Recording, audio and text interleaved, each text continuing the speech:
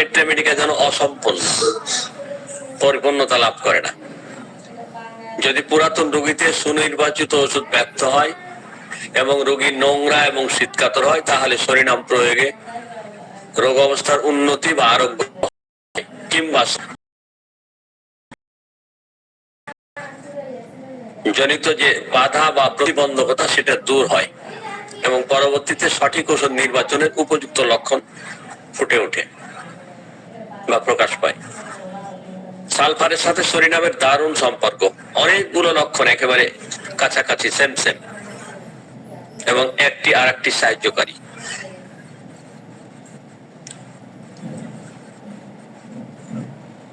Sulphur যখন সুনির্বাচিত হয়, তারপরেও যখন রোগ আরোগ্যে ব্যর্থ হয় সালফার, সেখানে যদি দেখা যায় যে দীর্ঘদিনের চাপা পড়া চর্মরোগ সালফার ফিরিয়ে আনতে ব্যর্থ হচ্ছে, সেখানে সরিনামের কথা মনে করা উচিত।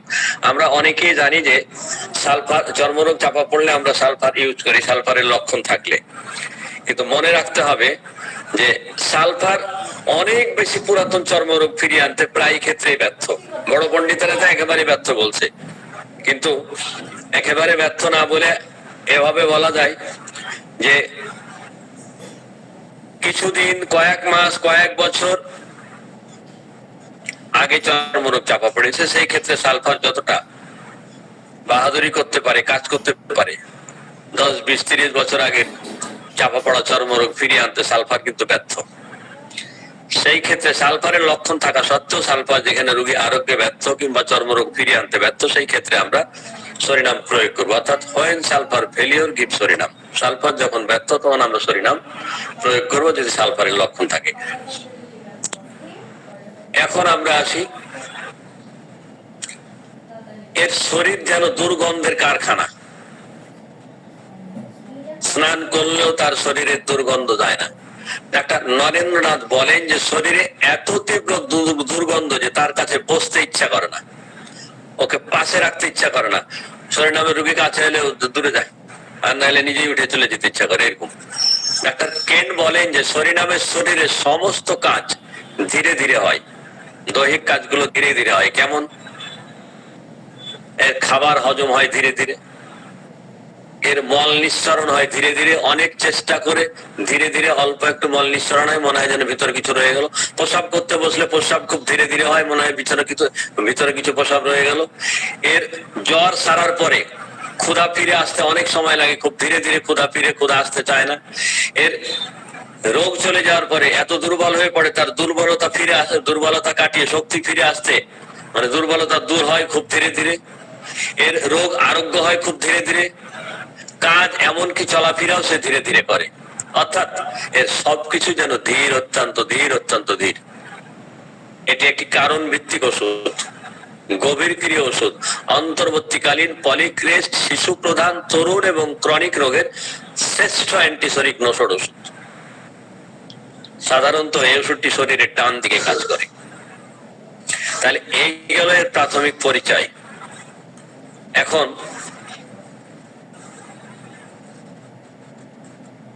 আমরা আসি এর কনস্টিটিউশন বা ধাতুগত বৈশিষ্ট্য। ধাতুগত বৈশিষ্ট্যের অনেকগুলা পার্ট আছে, আমরা একটা একটা করে পার্ট গুলো দেখব। আমরা সব সময় বলি কনস্টিটিউশনাল ট্রিটমেন্ট করতে হবে ক্রনিক রোগীর, কিন্তু অ্যাকচুয়ালি কনস্টিটিউশনের পার্ট কয়টা এটা আমরা অনেকে জানি না। কেন জানি না? ওইভাবে আমাদের বই পুস্তকে মেট্রামেডিকায় সুন্দর করে সাজিয়ে লেখা আছে, খুব কম বইতে। যারা অভিজ্ঞ মানুষ তারা জানে, তরুণ শিক্ষার্থী বন্ধুরা জানতে পারে না। কেন পারে না? ওই বইগুলো তাদের হাতে আসে কম, কারণ ওই বইগুলো সংখ্যায় একেবারে কম। আবার যে কটা বই আছে সেখানেও কনস্টিটিউশন সব পার্ট গুলাকে টোটালটা দেয়া থাকে না, বেশিরভাগই এটা আছে ওটা নাই, ওটা আছে ওটা নাই। তাহলে আমরা কনস্টিটিউশনে প্রথমে দেখবো রোগীর চেহারা বা আকৃতি, বা যেটাকে আমরা ইংরেজিতে বলি অ্যাপিয়ারেন্স। তাহলে এর আকৃতি বা চেহারা কেমন? এরা হালকা পাতলা, চিকন স্বাস্থ্য, একটু কুঁজো প্রকৃতি, সালফারের মতো। এর শিশুদের শরীর খুবই জীর্ণ শীর্ণ, শুকনা। মুখমন্ডলটা রোগাকৃতির, মনে হয় যেন মুখে তেল মাখানো আছে, তেল তেলে, নোংরা, ফ্যাকাশে, একটু হলদে ত্বক, একটু হলদে। গালে অতিরিক্ত ঘন লোম বা দাড়ি, আর নারী হোক পুরুষ হোক মনে হবে তার গালে অনেক বেশি ঘন লোম। নাক নিচু বা একটু বসা, লাল, মুখমন্ডলটা একটু যেন বসা, উপরের ঠোঁটটা মোটা, শিশুদের চেহারা বৃদ্ধের মতো দেখায়। কার মাইকটা আছে, কাইন্ডলি মাইক অফ করেন।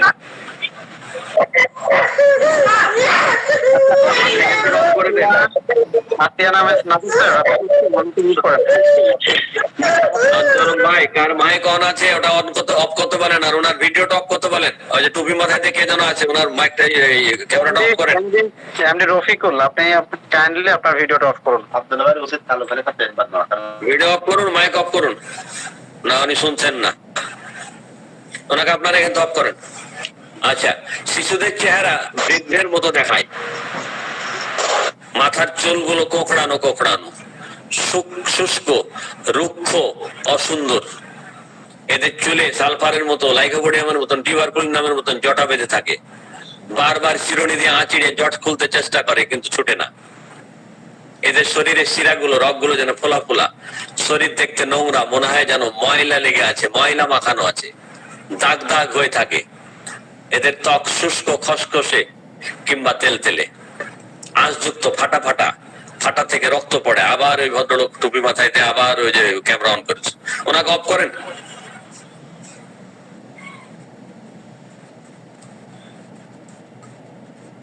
এবং ফাটা থেকে স্যার আপনি কি বুঝতে পারেন না? বারবার ডিস্টার্ব করলে ওনাকে আউট করে দেন, উনি যেন ঢুকতে না পারে। কথা না শুনলে তাই করবেন। ফাটা ফাটা থেকে রক্ত, ওই ফাটা ফাটা জায়গা থেকে সহজে রক্ত পড়ে, সারা শরীর থেকে মাছের মতো চামড়া উঠে। হয়তো বুঝতে পারতেছে না স্যার। সব সময় ত্বক এবং মুখমন্ডল, হাত দুটি অপরিষ্কার এবং নোংরা দেখায়। এর শরীরে ত্বক তেল তেলে, দেখলে মনে হয় যেন তেল দিয়ে স্নান করেছে। এই যে তেল দিয়ে স্নান করেছে, এটা বলছেন ডাক্তার এলেন। বারবার শরীর ধুইলেও শরীর পরিষ্কার হয় না, নোংরা ভাব এবং তৈলাক্ত ভাব যায় না। স্নানের অল্পক্ষণ পরেই মনে হয় যেন শরীর নোংরা, মনে হয় যেন সে স্নান করেইনি কতকাল।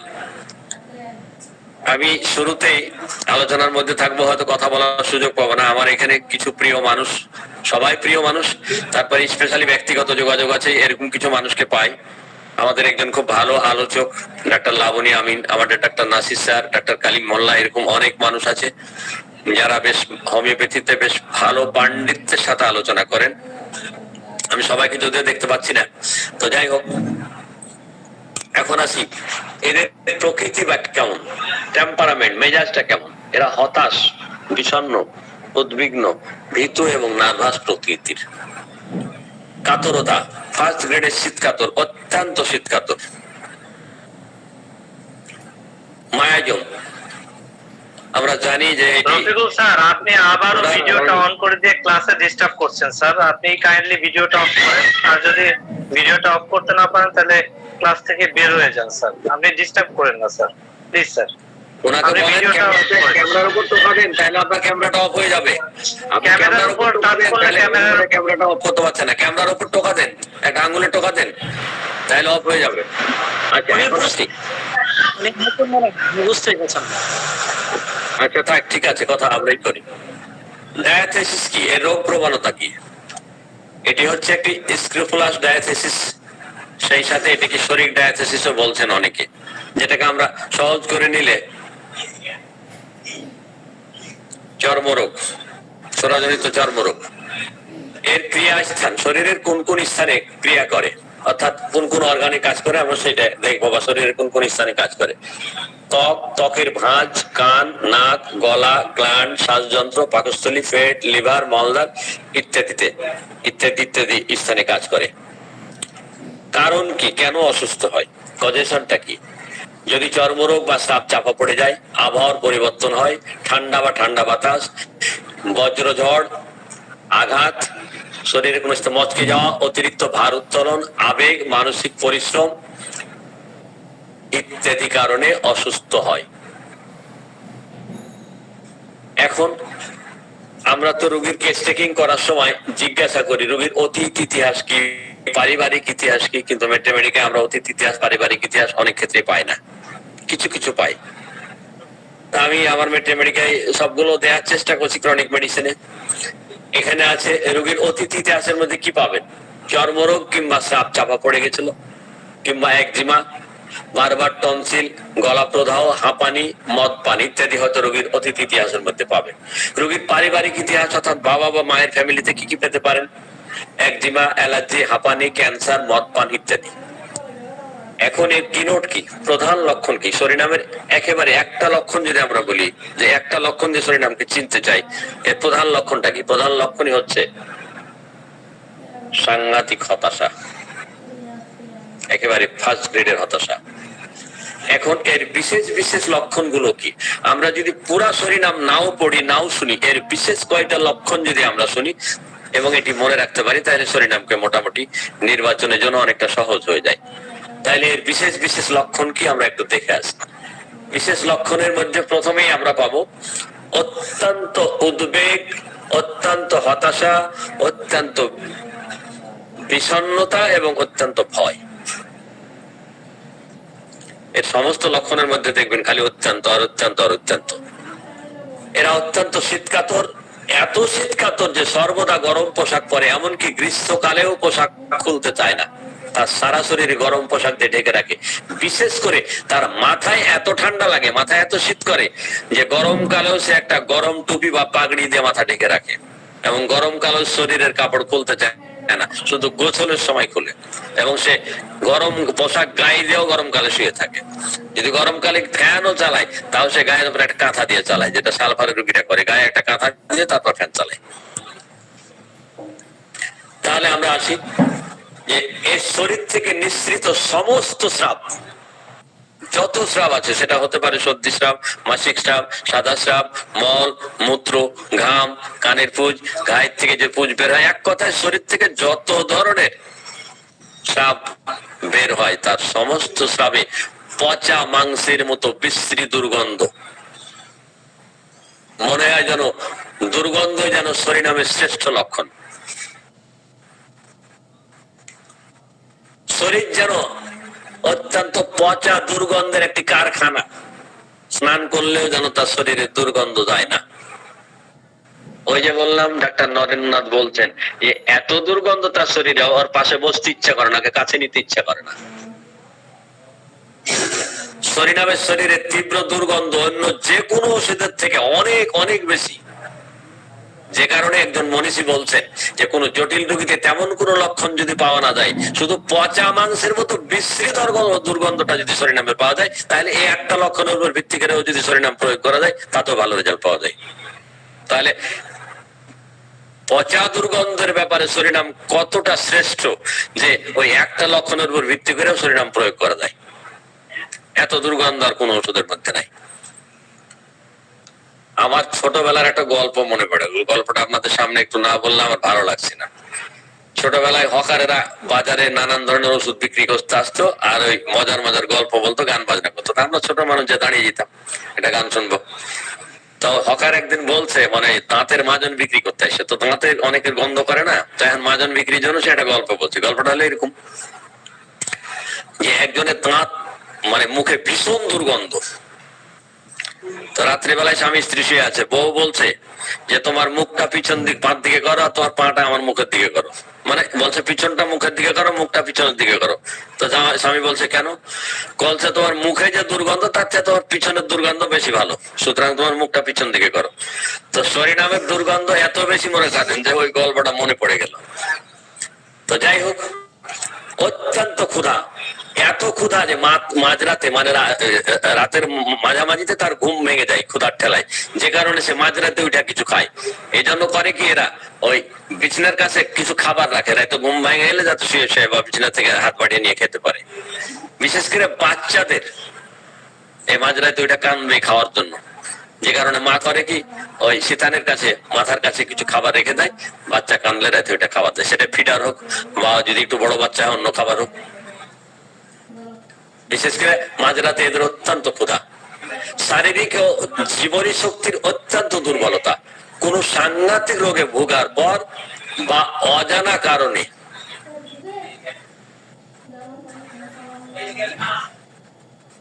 একটু আপনারা অপেক্ষা করেন।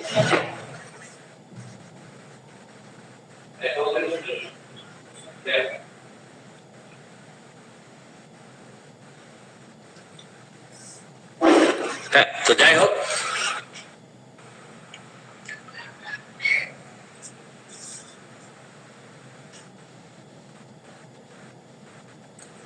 অসুস্থ হওয়ার আগের দিন অত্যন্ত আরাম বোধ করে, এটি একটি অদ্ভুত লক্ষণ। যেদিন সে অসুস্থ হবে তার আগের দিন সে সাংঘাতিক আরাম বোধ করে, মনে শরীরে খুব শান্তি লাগে, প্রফুল্ল লাগে, যে কারণে শরীর নামে রোগীরা বুঝতে পারে যে আমি আগামীকাল অসুস্থ হব।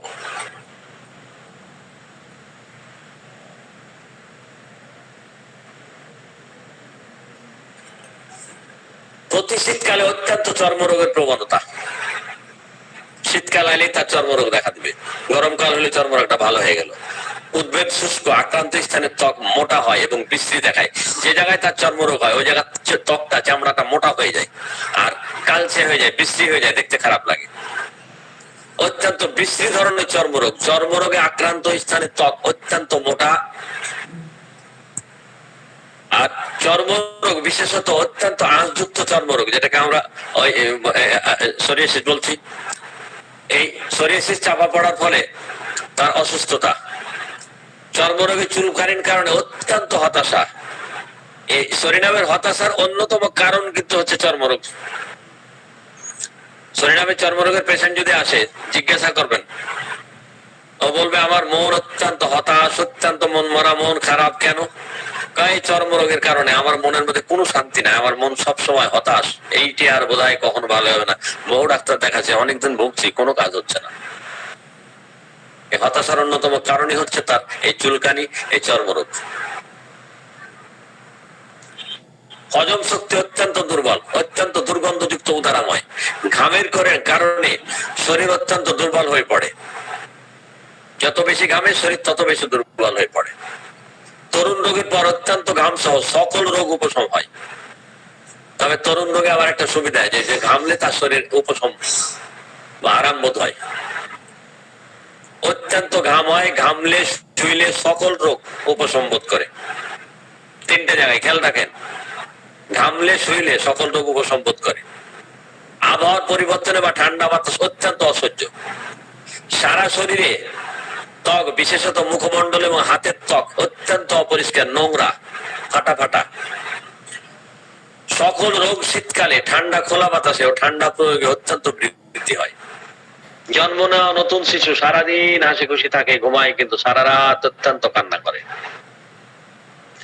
শরীর এবং সমস্ত স্রাবে অত্যন্ত পচা দুর্গন্ধ, সেই সাথে কয়েকটি মানসিক লক্ষণ, যেমন ব্যবসায় বা কাজে ব্যর্থ হবে, রোগ আরোগ্য হবে না, তার ভবিষ্যৎ অন্ধকার, অত্যন্ত মৃত্যু ভয়, নানা বিষয়ে অত্যন্ত হতাশা এবং স্নানে অনীহা যদি থাকে, তাহলে সরিনামের কথা ভাবতে পারেন। আবারও খেয়াল করেন, যদি কারো শরীরের সমস্ত স্রাবে খুব দুর্গন্ধ থাকে, সেই সাথে কয়েকটি মানসিক লক্ষণ থাকে। যেরকম মানসিক লক্ষণ গুলা কি কি? আমি ব্যবসায় ব্যর্থ হয়ে যাব, ব্যবসায় লস হয়ে যাবে, আমি গরিব হয়ে যাব, আমার কোনো কাজে সাকসেস হবো না, ব্যর্থ হয়ে যাব, আমার রোগ,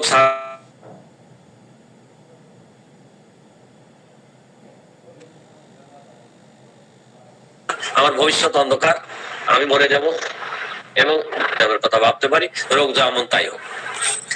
এখন আমরা আসি এর প্রধান লক্ষণ, যেটা আমরা বলছিলাম যে এক কথাই, সেটা হলো হতাশা। মানসিক লক্ষণগুলো আমরা দেখে আসি। হতাশা এবং বিষণ্ণতা সরিনামের মূল কথা। যদি দুটো কথা আমরা নিই প্রথমেই, তাহলে হতাশা এবং বিষণ্ণতা, এই হচ্ছে সরিনামের মূল কথা। হতাশায় ভবিষ্যৎ অন্ধকার মনে হয়। এই যে হতাশায় ভবিষ্যৎ অন্ধকার মনে হয়, এটি হচ্ছে সাইকোটিক বা সাইকোসিস। এত বেশি হতাশা ও বিষণ্ণতা যে অনেক সময় পাগলের মতো হয়ে যায়। রোগীর মনে হতাশা ও বিষণ্ণতা না থাকলে সরিনামের কথা যেন ভাবাই যায় না। অত্যন্ত চুলকানির কারণে মারাত্মক হতাশা, বলছেন ডাক্তার কেট। মলদার থেকে রক্তক্ষরণের কারণে বিষণ্ণ হয়ে পড়ে। মারাত্মক হতাশার কারণে পরিবারের ও কাছের মানুষদের জীবনটাকে সে অতিষ্ঠ করে দেয়। মন অত্যন্ত দুর্বল, মনে কোনো আনন্দ থাকে না, জীবন খুব দুঃখ ভারাক্রান্ত, সে বুঝতে পারে না কি করলে তার মনে আনন্দ আসবে। রোগ আক্রমণের পূর্বে, একদিন পূর্বে মনে খুব আনন্দ থাকে, খুব সুস্থতা বোধ করে, এটি একটি অদ্ভুত লক্ষণ। ঠিক তার পরের দিন সে অসুস্থ হয়ে পড়ে। খাওয়ার পর কিছুক্ষণের জন্য মনে আনন্দ আসে, এটি একটি অদ্ভুত লক্ষণ। দেখেন, খাওয়ার পরে কিছুক্ষণ তার মনে খুব আনন্দ থাকে, কিন্তু খাবারটা যে হজম হওয়া শুরু হলো, ব্যাস তার মন আবার খারাপ হয়ে গেল। অর্থাৎ পেট যতক্ষণ ভরে থাকে ততক্ষণ আনন্দ, যখনই ক্ষুধা লাগে তখন তার মন বিষণ্ণ হয়ে যায়। এর ঠিক উল্টা লক্ষণ আবার নেট টার্ম কার্ভের। এর পেট ভরে থাকলে মন ভালো, ক্ষুধা লাগলে খাবার হজম হওয়া শুরু হলে মন খারাপ, নেকটাম কার হলো তার উল্টাটা, অদ্ভুত লক্ষণ। সেই সাথে রয়েছে দুশ্চিন্তা, উদ্বেগ, আতঙ্ক, ভয়, নার্ভাস, ভবিষ্যৎ নিয়ে উদ্বেগ, অনিশ্চয়তা বোধ ইত্যাদি।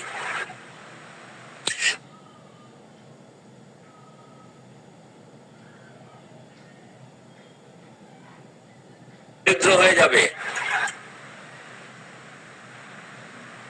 সমগ্র জীবন দুঃখে ভরে যাবে,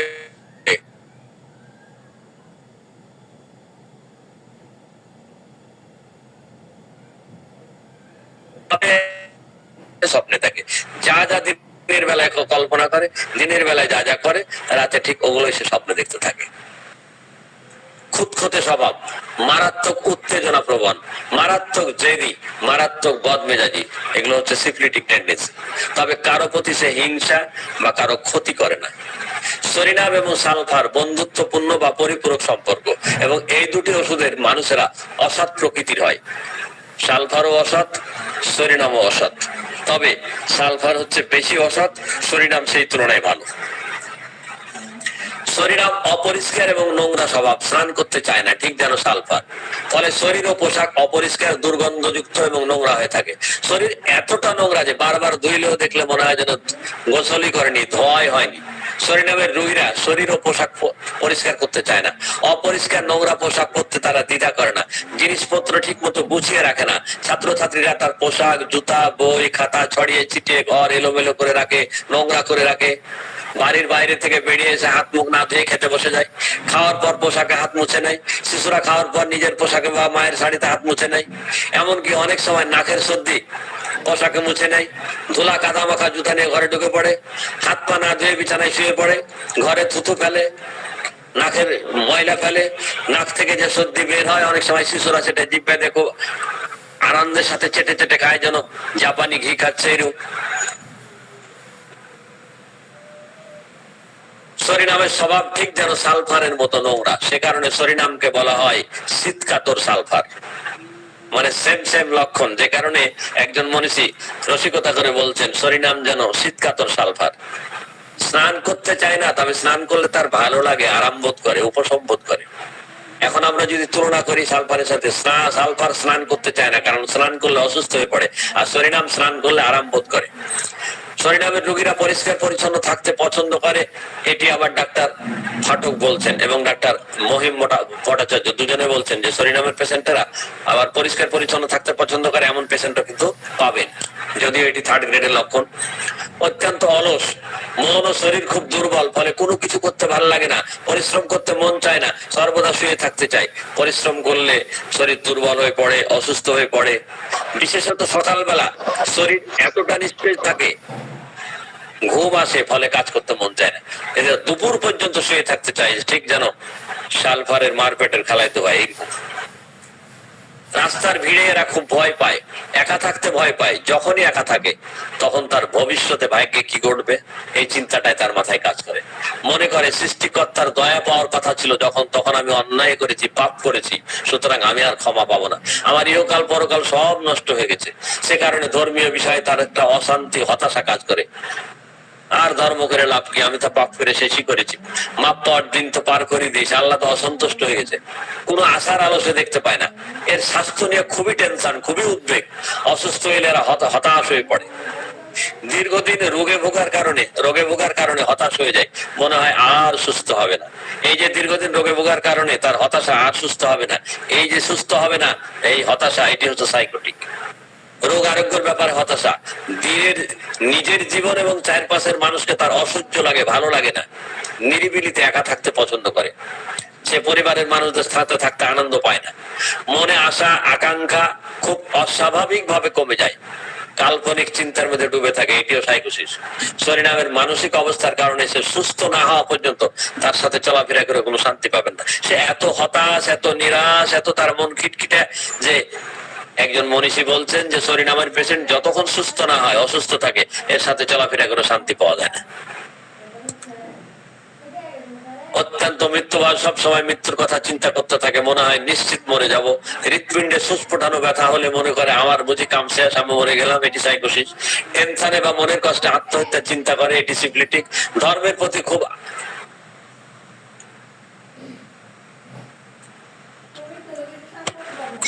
আচ্ছা, চোর ডাকাতের ভয়ে ঘুম হয় না, আর এর সমস্ত মানসিক লক্ষণ রাতে বাড়ে।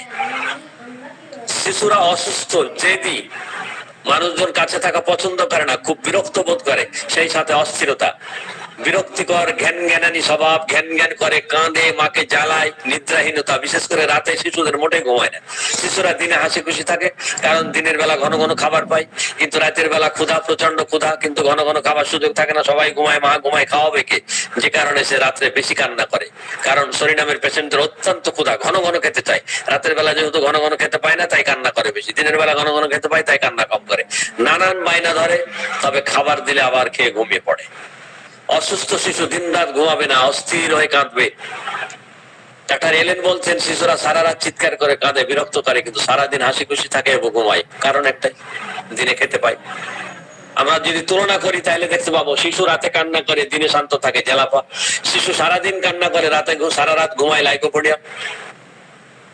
শিশু সারা রাত কান্না করে, দিনে হাসে, স্টামোনিয়াম। সরি, সারা রাত কান্না করে, সারাদিন হাসে, স্টামোনিয়াম। শিশু দিন রাত কান্না করে, অ্যাপিসমেল।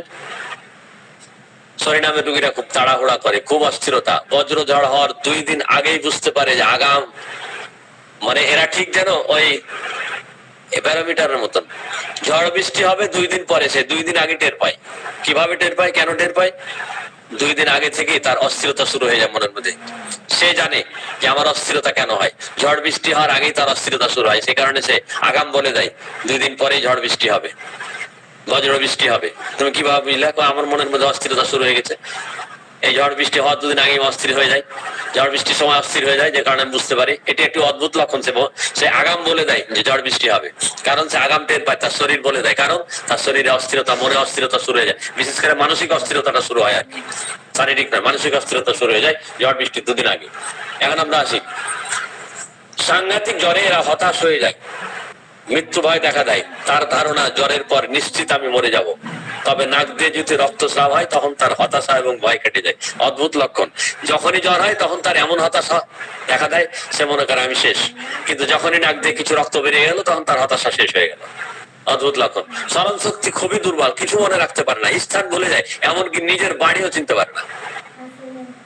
আরেকটা দারুণ লক্ষণ আছে, বাস, প্রাইভেট কার, ট্রেন, বিমান, লঞ্চ ইত্যাদি যানবাহনে চড়তে ভয় পায়। এই যে যানবাহনে চড়তে বা গাড়িতে চড়তে ভয় পায়, সেই ক্ষেত্রে সিপিয়া, বোরাক্স এবং ল্যাকিসিসকে আমরা পাই।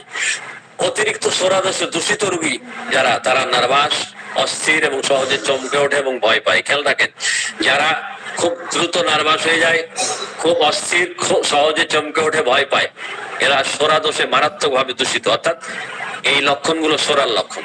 হৃৎপিণ্ডের সমস্যা এবং শ্বাসকষ্ট নিয়ে উদ্বিগ্ন হয়ে পড়ে। উদ্বেগ যদি দেখা দেয় বা বুকে ব্যথা হলে শিশুরা অস্থির হয়ে পড়ে। আবেগ প্রবণ হলে শরীর কাঁপে এবং অসুস্থ হয়ে পড়ে। এর মধ্যে ভয় কি কি আছে আমরা একটু দেখে আসি। ভয় যেহেতু খুব গুরুত্বপূর্ণ ওষুধ নির্বাচনের জন্য, এরা অত্যন্ত ভীতু, বিশেষ করে রাস্তার ভিড়ে ভয়, খারাপ কিছু ঘটার ভয়, ক্যান্সারের ভয়, দুর্ভাগ্যের ভয়, গরিব হওয়ার ভয়, মৃত্যু ভয়, হৃৎপিণ্ডের সমস্যায় মৃত্যু ভয়, ব্যবসায় ব্যর্থ হওয়ার ভয়, রোগ আরোগ্য না হওয়ার ভয়, গাড়িতে চড়তে ভয়, একা থাকতে ভয়, আগুনের ভয়, পাগল হওয়ার ভয় ইত্যাদি ইত্যাদি। আর একটা মজার তথ্য আছে বন্ধুরা, কখনো কখনো এইরকম কিছু পেশেন্ট পাবেন, সেটা সহজ নয়, মানে মানে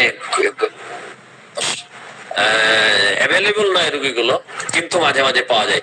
কিছু পেশেন্ট এসে বলবে, ডাক্তার সাহেব আমি সমুদ্রে, পুকুরে, লেকে, নদীর পানিতে নামতে ভয় পাই, গভীর পানিতে সাঁতার কাটতে ভয় পাই। কেন? কয় কি জানি পানির মধ্যে কি আছে, যদি আমার নামিয়ে নেয়, আমি যদি ডুবে যাই, আমার ধরে নাই। মানে এরা গভীর পানিতে নামতে বা সাঁতার কাটতে ভয় পায়। এই ক্ষেত্রে 2টো ওষুধ আমরা পাই, যদিও 2টো 3rd গ্রেডের ওষুধ, তারপরে কিন্তু মেডোরিনাম এবং সরিনাম। তো কখনো যদি কেউ এসে বলে যে আমি নদীতে, পুকুরে,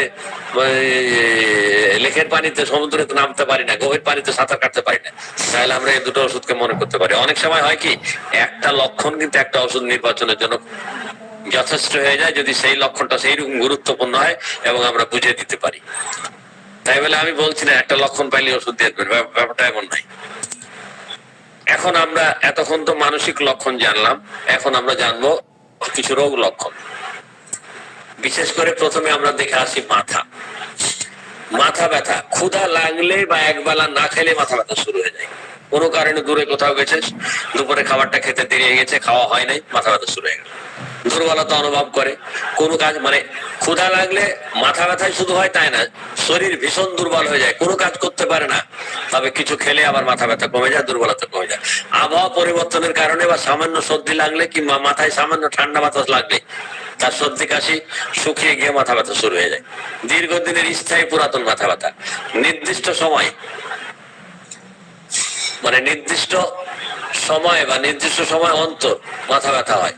সেটা 7 দিন পর পর হতে পারে, 14 দিন পর পর হতে পারে, 21 দিন পর পর হতে পারে। মাথা ব্যথা হয়, মাথায় রক্ত সঞ্চালনের গতি প্রচন্ড রকম বৃদ্ধি পায়, চুল ঘামে ভিজে যায়, হাতুড়ি মারার মতো প্রচন্ড ব্যথা হয়। ব্যথা ঠান্ডা বাতাসে এবং শীতে বাড়ে। শীতকালে মাথা ব্যথার সাথে ক্ষুধা এবং কাশি দেখা দেয়। সারা শীতকাল মাথা ব্যথা হয়। কাশি এবং মাথা ব্যথা কিংবা চর্মরোগ ও মাথা ব্যথা পর্যায়ক্রমে চলতে থাকে। আহার করলে, মাথা ঢেকে রাখলে, ঘামলে মাথা ব্যথা উপশম হয়। ক্ষুধা লাগলে মাথা ব্যথা করে, তবে খাওয়ার পরে মাথা ব্যথা কমে যায়। এই খাওয়ার পরে মাথা ব্যথা কমে যায় আয়োডিয়াম, আর্সেনিক আয়োড, অ্যাসিড ক্লোরকস্টিকাম, ক্যালিসাম, লাইকোপোডিয়াম, পেট্রোলিয়াম, ফসফরাস, সিপিআই, স্পাইজালিয়া, থুজা, অনেকগুলো ওষুধ আছে। মানে ক্ষুধা লাগলে ব্যথা করে, খাওয়ার পরে কমে যায়, এই ওষুধগুলো। এখন মাথা ব্যথার ক্ষেত্রে একটা কনকমিটেন্স আছে, অর্থাৎ সহগামী লক্ষণ। মাথা ব্যথার সময় সারাক্ষণ তার ক্ষুধা থাকে, যতক্ষণ মাথা ব্যথা থাকে ততক্ষণ তার প্রচন্ড ক্ষুধা থাকে। এখন আমরা আসি কান পাকা বা কান গলার জন্য বা কানের পুজের জন্য সরিনাম এত বড় ওষুধ কল্পনাই করা যায় না। কান থেকে দুর্গন্ধযুক্ত প্রস্রাব হয়, এত দুর্গন্ধ, কান পাকা রোগী আপনার ঘরে থাকলে আপনি অস্থির হয়ে যাবেন। শিশুদের প্রায় কান পাকা রোগে ভোগে শিশুরা। কান পাকা সহ মাথা ব্যথা, কান থেকে সাংঘাতিক দুর্গন্ধযুক্ত পানির মতন পাতলা পুঁজ, চটচটে ক্ষতকারী পুঁজ বের হয়। হয়তো কখনো কোনো বাচ্চার হাম হয়েছিল, স্কারলেট ফিভার, যেটাকে আমরা গ্রাম্য ভাষায় আরক্ত জ্বর বা লাল জ্বর বলি, আমাদের অঞ্চলে বলে লাল জ্বর। অর্থাৎ এই জ্বর হলে চোখ মুখ শরীর একবার লাল টকটক হয়ে যায়। কিংবা চর্মরোগ চাপা পড়ার পরে প্রায় কান পাকা রোগ দেখা দেয়। তাহলে হাম, স্কারলেট ফিভার এবং চর্মরোগ চাপা পড়ার কারণে কান পাকা রোগ, অর্থাৎ হাম এবং স্কারলেট ফিভারের পরে কিংবা চর্মরোগ চাপা পড়ার পরে কান পাকা রোগ দেখা দেয়। সর্দি, সামান্য ঠান্ডায় বা সামান্য আবহাওয়ায় প্রায় সর্দি লেগে যায়, একটুতেই সর্দি লেগে যায়, মানে টিউবারকুলিনামের মতন প্রায় সর্দি লাগে। সেই সাথে মাঝে মাঝে তার জ্বর হয়। বর্ষাকালে নাক বন্ধ হয়, প্রায় সর্দি লেগে থাকে, নাক দিয়ে সর্দি পড়ে। নাক মোছার জন্য সর্বদা একটা রুমাল দেখবেন, সরিনামের পেশেন্ট যদি হয় আর হাতে একখান তেনা বা ন্যাকড়া কিছু আছেই, কারণ একটু পরে সে নাক মুছছে, অর্থাৎ তার নাক দিয়ে মনে করেন ঘি ঝরতেই থাকে। চুল কাটলে সর্দি লেগে যায়। কাশি শীতকালে বৃদ্ধি পায়, কিন্তু অ্যালার্জি জনিত সর্দি জ্বর গ্রীষ্মকালে এবং বর্ষাকালে প্রকাশ পায়। খক খক করে কাশে, শুষ্ক কষ্টদায়ক কাশি, কিন্তু সাধারণত কফ ওঠে না। অনেকক্ষণ কাশলে সামান্য কফ ওঠে। কাশলে মটর দানার মতো একটু হলদে, একটু শক্ত কফ বা সবুজ বর্ণের কফ বের হয়ে আসে। সে কফটা আবার একটু লবণাক্ত, নুনছা লাগে। পচা মাংসের মতো দুর্গন্ধযুক্ত কফ। কাশির সময় অসাড়ে প্রসাব হয়ে যায়। কাশির ধমক দিয়ে একটা কাশি দিয়েছে, এদিক দিয়ে প্রসাব বেরিয়ে গেছে। প্রতি শীতকালে কাশি ফিরে আসে। চর্মরোগ চাপা পড়ার ফলে পুরাতন কাশি দেখা দেয়। অনেক বছর যাবত স্থায়ী কাশি, সরিনাম প্রয়োগ করলে দেখা যাবে চর্মরোগটা ফিরে এসে কাশি চলে গেছে। সকালে ঘুম থেকে জাগলে বা সন্ধ্যায় শুইলে কাশি বাড়ে। টনসিল এবং গলায় ক্ষতের জন্য কিন্তু সরিনাম একটি বড় ওষুধ, কারণ এর ডায়াথেসিস হচ্ছে স্ক্রোফুলাস। পুরাতন টনসিল বা গলার ক্ষতে টনসিল ফুলে যায়, মারাত্মক কষ্টদায়ক ব্যথা হয়, গলার ভিতর জ্বালা করে, কিছু গিলার সময় তীব্র ব্যথা হয়। গলার ভিতর মনে হয় যেন একটি পিণ্ড আটকে আছে, যে কারণে সে গলা খাকারি দিতে পারে না। এটি একটি ফার্স্ট গ্রেডের লক্ষণ, এটি বলছেন ডাক্তার মার্গারেট টাইলার। প্রচুর দুর্গন্ধযুক্ত লালা পড়ে, গলার মধ্যে আঠালো কফ জমে, ফলে সর্বদা গলা খাকারি দিতে হয়। ব্যথা, ঠান্ডা বাতাস,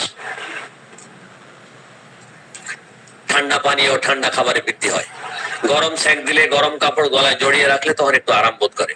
মুখের ভিতর এবং নিঃশ্বাসে বাজে দুর্গন্ধ, তার মুখের কাছে যাওয়া যায় না। এই ক্ষেত্রে কনকমিটেন্সটা হচ্ছে টনসিল বা গলার সমস্যার সাথে গলার মধ্যে প্রচুর লালা এবং দুর্গন্ধযুক্ত কফ জমে। হাঁপানি, হাঁপানিতে শরীর নামের একটা অদ্ভুত লক্ষণ আছে এবং হাঁপানিতে শরীর নাম একটি দুর্দান্ত ওষুধ। হাঁপানির রোগীর সামান্য পরিশ্রমে সারা শরীর ঘেমে যায় এবং শ্বাসকষ্ট শুরু হয়ে যায়। মুখের মধ্যে অবিরত কফ জমতেই থাকে, কফ জমতেই থাকে। মারাত্মক বদহজম এবং দুর্বলতা দেখা দেয়। এমন শ্বাসকষ্ট মনে হয় যেন মারাই যাবে। বসলে এবং খোলা বাতাসে তার কাশি আরো বেড়ে যায়। হাঁপানি বা ভীষণ শ্বাসকষ্টের সময় রোগী যদি চিত হয়ে হাত দুটা শরীর থেকে দূরে ছড়িয়ে শয় তাহলে তার সম্পূর্ণ উপশম বোধ করে, কিন্তু হাত দুটা যদি বডির কাছে নিয়ে এসে রাখে তাহলে তার শ্বাসকষ্ট বেড়ে যায়। এটি অদ্ভুত লক্ষণ।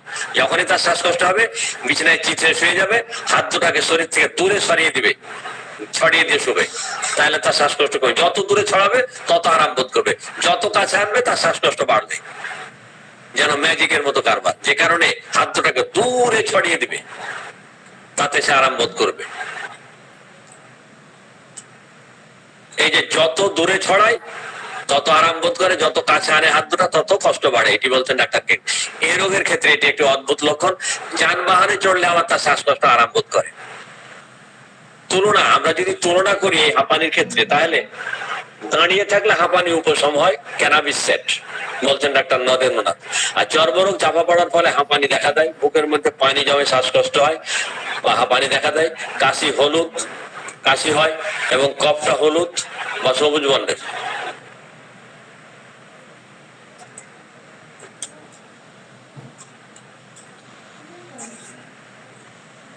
কাশি শুইলে উপশম হয়।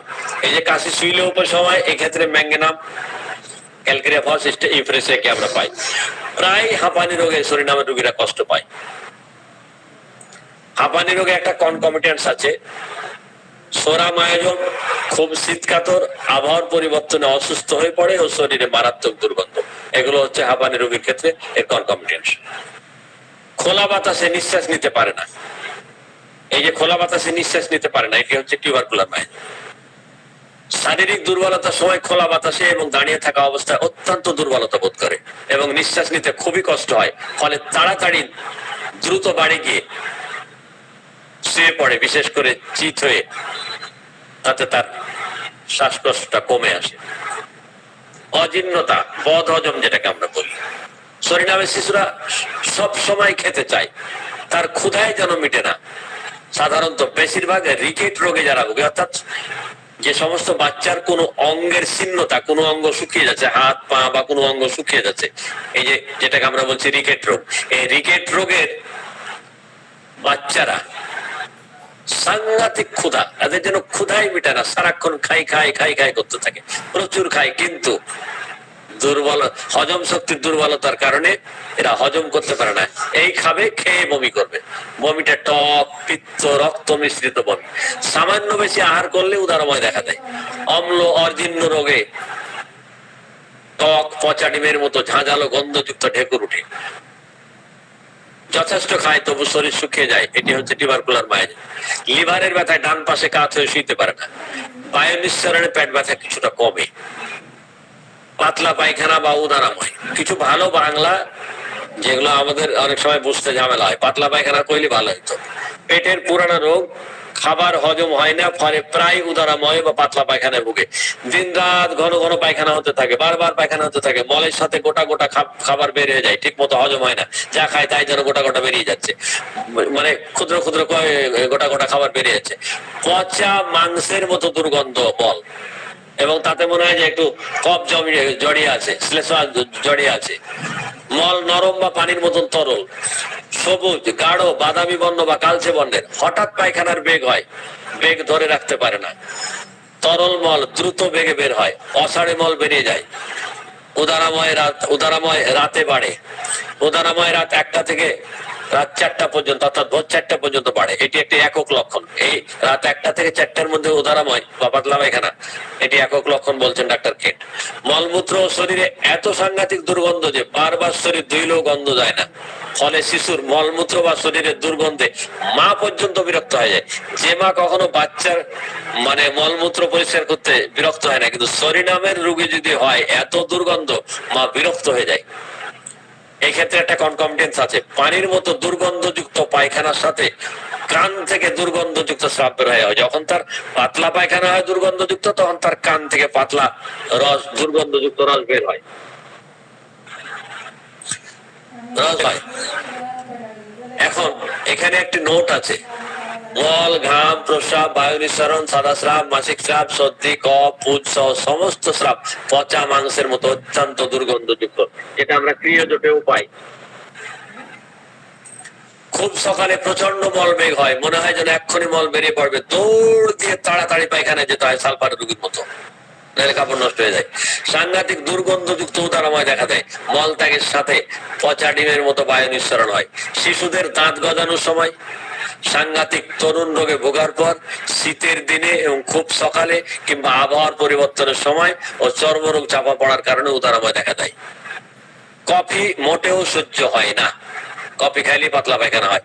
এই যে কফি সহ্য হয় না, এই ক্ষেত্রে আমরা ক্যান্থারিস কস্টিকাম, ক্যামোমিলা, ইগনেসিয়ান, আলবোমকে ফার্স্ট গ্রেডে পাই। এদের নোংরা স্বভাব, প্রচুর ক্ষুধা এবং শীতকাতর।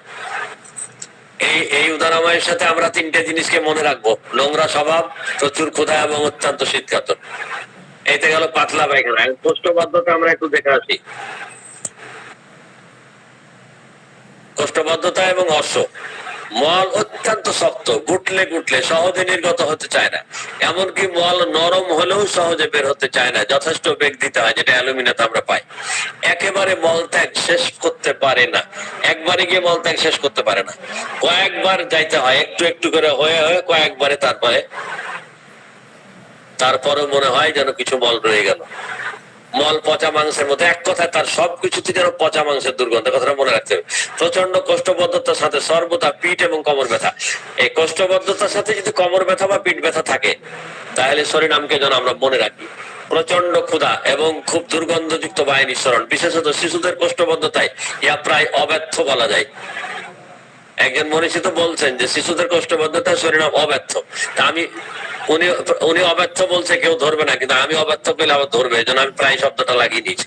কোষ্ঠবদ্ধতায় সালফার ব্যর্থ হলে শরীনামের মল সহজে নির্গত হতে চায় না, ধীরে ধীরে একটু একটু করে নির্গত হয়। ইহা অত্যন্ত মূল্যবান লক্ষণ, যে মল ধীরে ধীরে একটু একটু করে এবং কয়েকবার যেতে হয়, এটি শরীনামের জন্য খুব মূল্যবান লক্ষণ। সেই সাথে কোমর ব্যথা। মল ত্যাগ করার সময় মলদ্বার দিয়ে প্রচুর রক্ত পড়ে, মল ধরে ধীরে ধীরে নিঃসরণ, একেবারে মল ত্যাগ শেষ করতে পারে না, কয়েকবার যেতে হয়, মনে হয় যেন ভিতরে কিছু রয়ে গেল। প্রায় উদারময় ভোগে বা কষ্ট পায়, ফলে কোষ্ঠবদ্ধ অবস্থায় খুব হাসি খুশি থাকে। এদের পায়খানা যখন কষে যায় তখন এরা খুশি থাকে, হাসি খুশি থাকে। কারণ হচ্ছে যে সবসময় পাতলা পায়খানায় ভুগতে ভুগতে সে এত হতাশ, এত মন খারাপ, যে পায়খানা কষে গেলে মনে হয় যায় জীবনে যেন স্বাধীনতা পেয়েছে, এই 24 সালের স্বাধীনতার মতো। কোষ্ঠবদ্ধতায় রোগ উপসম্বোধ হয়। এই যে কোষ্ঠবদ্ধতায় যে উপসম্বোধ করে, মনের দিকে আনন্দ বোধ করে বা স্বস্তি লাগে, এটি কিন্তু আমরা ক্যালকেরিয়া, মেসিনারি, কার্বোভেজ এবং মার্শালও পাই। এটা নিঃসন্দেহে অদ্ভুত লক্ষণ। অর্শ, মল ত্যাগের পর মলদ্বারে অনেকক্ষণ পর্যন্ত ব্যথা করে, যেটা আমরা সালফারে বা রেটানিয়া ইত্যাদি ইত্যাদি মেসিনারি পাই।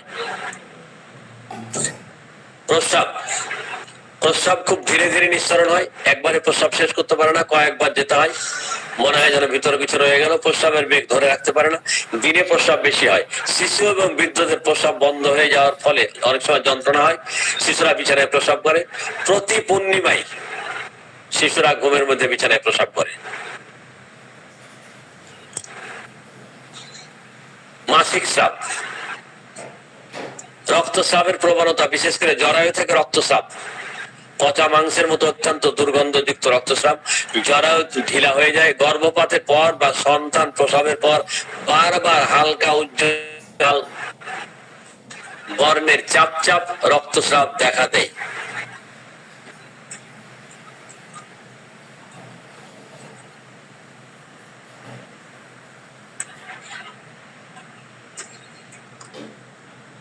রক্তচাপ শুরু হলে সহজে বা স্থায়ী ভাবে বন্ধ হয় না, কয়েক সপ্তাহ বা দীর্ঘদিন চলতে থাকে। এই যে ঘন ঘন ব্লিডিং হয়, এটি বন্ধ হতে চায় না, কয়েক সপ্তাহ বা দীর্ঘদিন ধরে চলতে চায়, এটি হচ্ছে সোরাদোষ। শরীনাম এবং সালফার রক্তস্রাব বন্ধ করা এবং জরায়ু স্বাভাবিক করার জন্য অত্যন্ত বড় ওষুধ। আমরা সাধারণত শরীনাম এবং সালফারকে এই ব্লিডিং যে বন্ধ হতে চায় না, এই ক্ষেত্রে প্রায় কম ব্যবহার করি, কারণ সরিনাম এবং সালফারের এই জায়গাটা আমরা ভালো করে আয়ত্ত করি না। আমরা এই সব ক্ষেত্রে সেবাই না, ওই চাই না, ওই হেমামেলিসাই অমুক এই তমুক মানে অনেক ওষুধ ব্যবহার করি, ব্যর্থ হইলে তখন রোগী হাত ছাড়া করে দিই। এই যে বারবার ঘন ঘন রক্তস্রাব সন্তান প্রসবের পর কিংবা গর্ভপাতের পর বা এমনিতেই যেটা কন্টিনিউ করতে থাকে অনেকদিন, এটি সোরা দোষের কারণে হয়, যে কারণে সালফার এবং সরিনাম যেটির লক্ষণ মিলে সেটি আমরা যেন মাথায় রাখি। অন্য ওষুধের লক্ষণ থাকলে অন্য ওষুধ দেবো, সেটা আমি না করছি না, কিন্তু এই দুটো ওষুধকে খুব গুরুত্ব দিয়েছেন কেন্ট থেকে শুরু করে সমস্ত বড় বড় পণ্ডিতরা। সবার বই দেখবেন এই 200 টাকা ওষুধ, এই দুটো ওষুধকে গুরুত্ব দেওয়া হচ্ছে।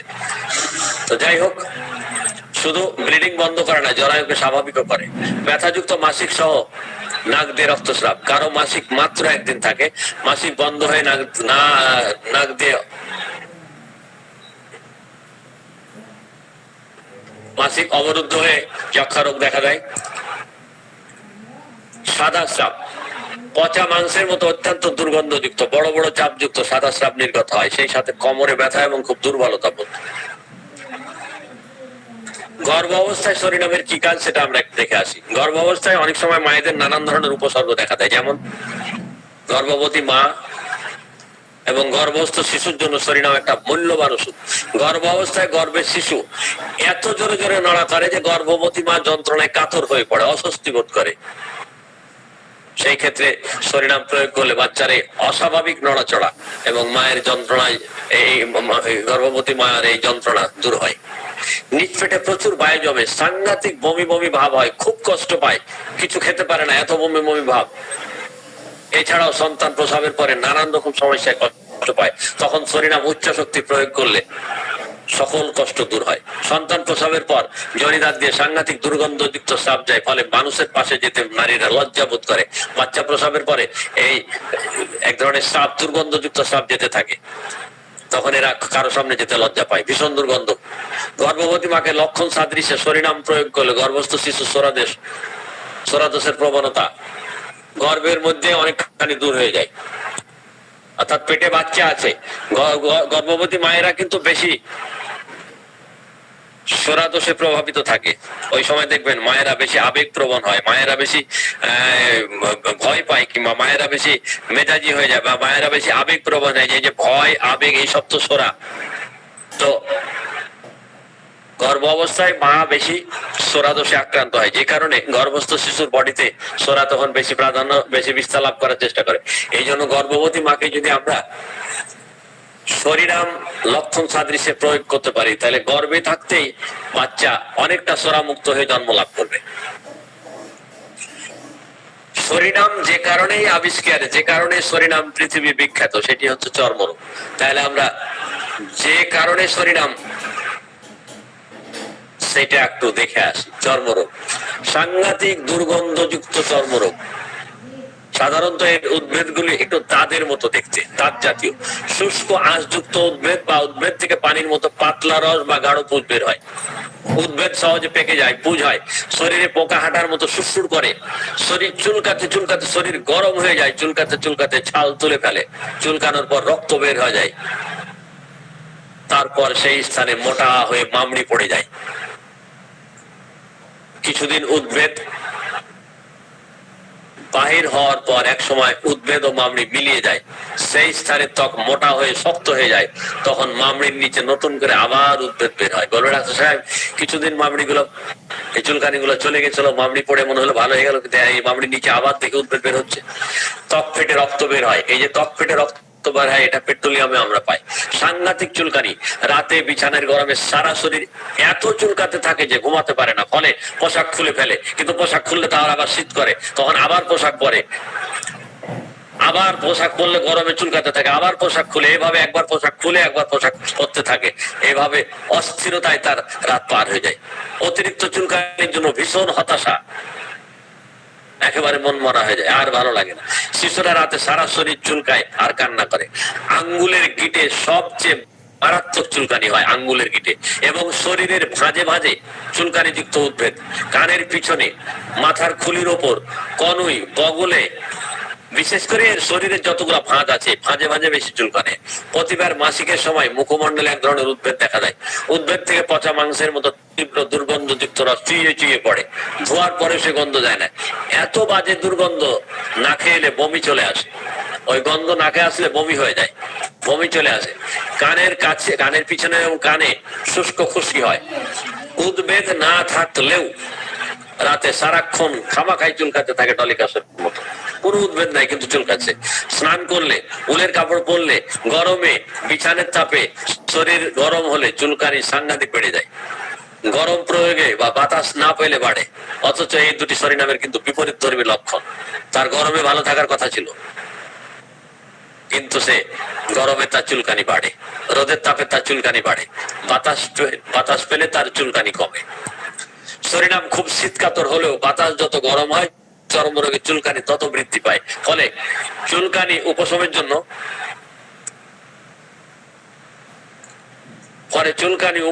জন্য তার হালকা পাখার বাতাস চাই, কারণ জোরে বাতাস দিলে আবার ঠান্ডা লেগে যায়, তার শীত করে। এই জন্য যে জায়গায় চুলকানি ওই জায়গায় হালকা করে একটু বাতাস,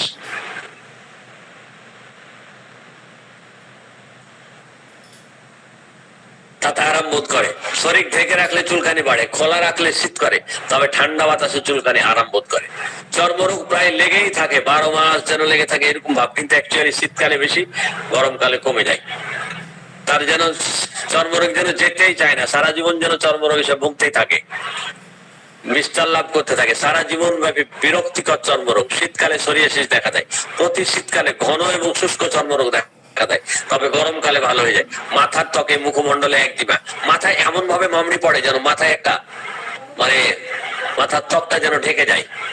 মামড়ির নিচে নতুন নতুন করে উদ্ভিদ বের হয়, উদ্ভিদ থেকে রস বের হয় এবং আক্রান্ত স্থানটা কাঁচা মাংসের মতো দেখায়, সুরসুর করে, সারাক্ষণ চুলকাতে থাকে। একখান চিরুনি বা কিছু একটা তার হাতে থাকে যেন সারাক্ষণ সেটাতে চুলকাতে থাকে।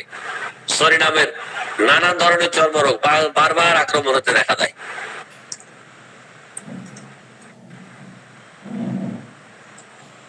শরীরামের চর্মরোগ চাপা পড়লে কি কি হয় সেটা আমরা একটু দেখে আসি। মন বিষণ্ণ হয়ে যায়, সামান্য ঠান্ডায় ঘন ঘন সর্দি লাগে, তীব্র কষ্টদায়ক হাঁপানি দেখা দেয়, ঘন ঘন টনসিল ফুলে প্রদাহ হয়, ঘাড় গলার গ্ল্যান্ড ফুলে যায়, পাকে পুজ হয়, যক্ষা রোগ দেখা দেয়, মাথা ব্যথা, কাশি পর্যায়ক্রমে হয়, আমবাত এবং পক্ষাঘাত দেখা দেয়। অর্থাৎ শরীরামের চর্মরোগ নাকে চাপা পড়লে এতগুলো সমস্যা হয়। তাহলে সালফারের চর্মরোগ চাপা পড়লে কি হয় আমরা একটু তুলনা করে আসি। সালফারের চর্মরোগ চাপা পড়ার কারণে রোগী শীতকাতর হয়ে যায়, তখন আর স্নান করতে চায় না, অত্যন্ত অপরিষ্কার অপরিচ্ছন্ন হয়ে পড়ে, শরীর স্থায়ী ভাবে সোরাদোষ প্রতিষ্ঠিত হয়, বারবার অসুস্থ হওয়ার প্রবণতা দেখা দেয়, উদারাময়, হাঁপানি, ব্রঙ্কাইটিস, মৃগী, শোথ, পাগল, বিষণ্ণতা এবং স্বাস্থ্য নিয়ে উদ্বিগ্নতা বেড়ে যায়। তাহলে সিফিলি নামের চর্মরোগ চাপা পড়লে কি হয়? সিফিলি নামের চর্মরোগ চাপা পড়লে পরিপূর্ণ যক্ষা হয়। প্যারাটাকার্বের চর্মরোগ চাপা পড়লে কি হয়? বুদ্ধি কমে যায়। জিঙ্কাম্বেটের চর্মরোগ চাপা পড়লে কি হয়? খিচুনি রোগ দেখা দেয়। মেজেরিয়ামের চর্মরোগ চাপা পড়লে কি হয়? মেজেরিয়ামের চর্মরোগ চাপা পড়ার কারণে এদের যদি কখনো মনে ভয় হয় বা কোনো দুঃসংবাদের আশঙ্কা হয়, তাহলে আর পাকস্থলিতে যেন একটা ধাক্কা মারে এবং বুকের মধ্যে ধড়াস করে উঠে। ডাক্তার কেন বলছে এইটি অত্যন্ত গুরুত্বপূর্ণ লক্ষণ, যে মেজেরিয়ামের চর্মরোগ চাপা পড়ার কারণে এরা ভয় বা দুঃসংবাদের আশঙ্কা হলে এর বুকের মধ্যে ধড়াস করে ওঠে। এটি অত্যন্ত গুরুত্বপূর্ণ লক্ষণ। শীতকাতরতা পরিবর্তন হয়ে গরম কাতর হয়ে যায়। মেজেরিয়াম মূলত শীতকাতর, কিন্তু তার চর্মরোগ চাপা পড়লে সে গরম কাতর হয়ে যায়। এখন আমরা আসি জ্বর। জ্বরের ক্ষেত্রেও শরীরাম একটি অসাধারণ বড় ওষুধ। জ্বরে সারা শরীর ভীষণ উত্তপ্ত হয়ে গরম ঘাম বের হতে থাকে, তবুও শরীর ঢেকে রাখে। টাইফয়েড জ্বর আরোগ্য হওয়ার পর সামান্য পরিশ্রম করলে প্রচুর ঠান্ডা ঘাম হয়, জ্বরে অচেতন হয়ে পড়ে থাকে, সকালে বা বিকালে জ্বর বাড়ে।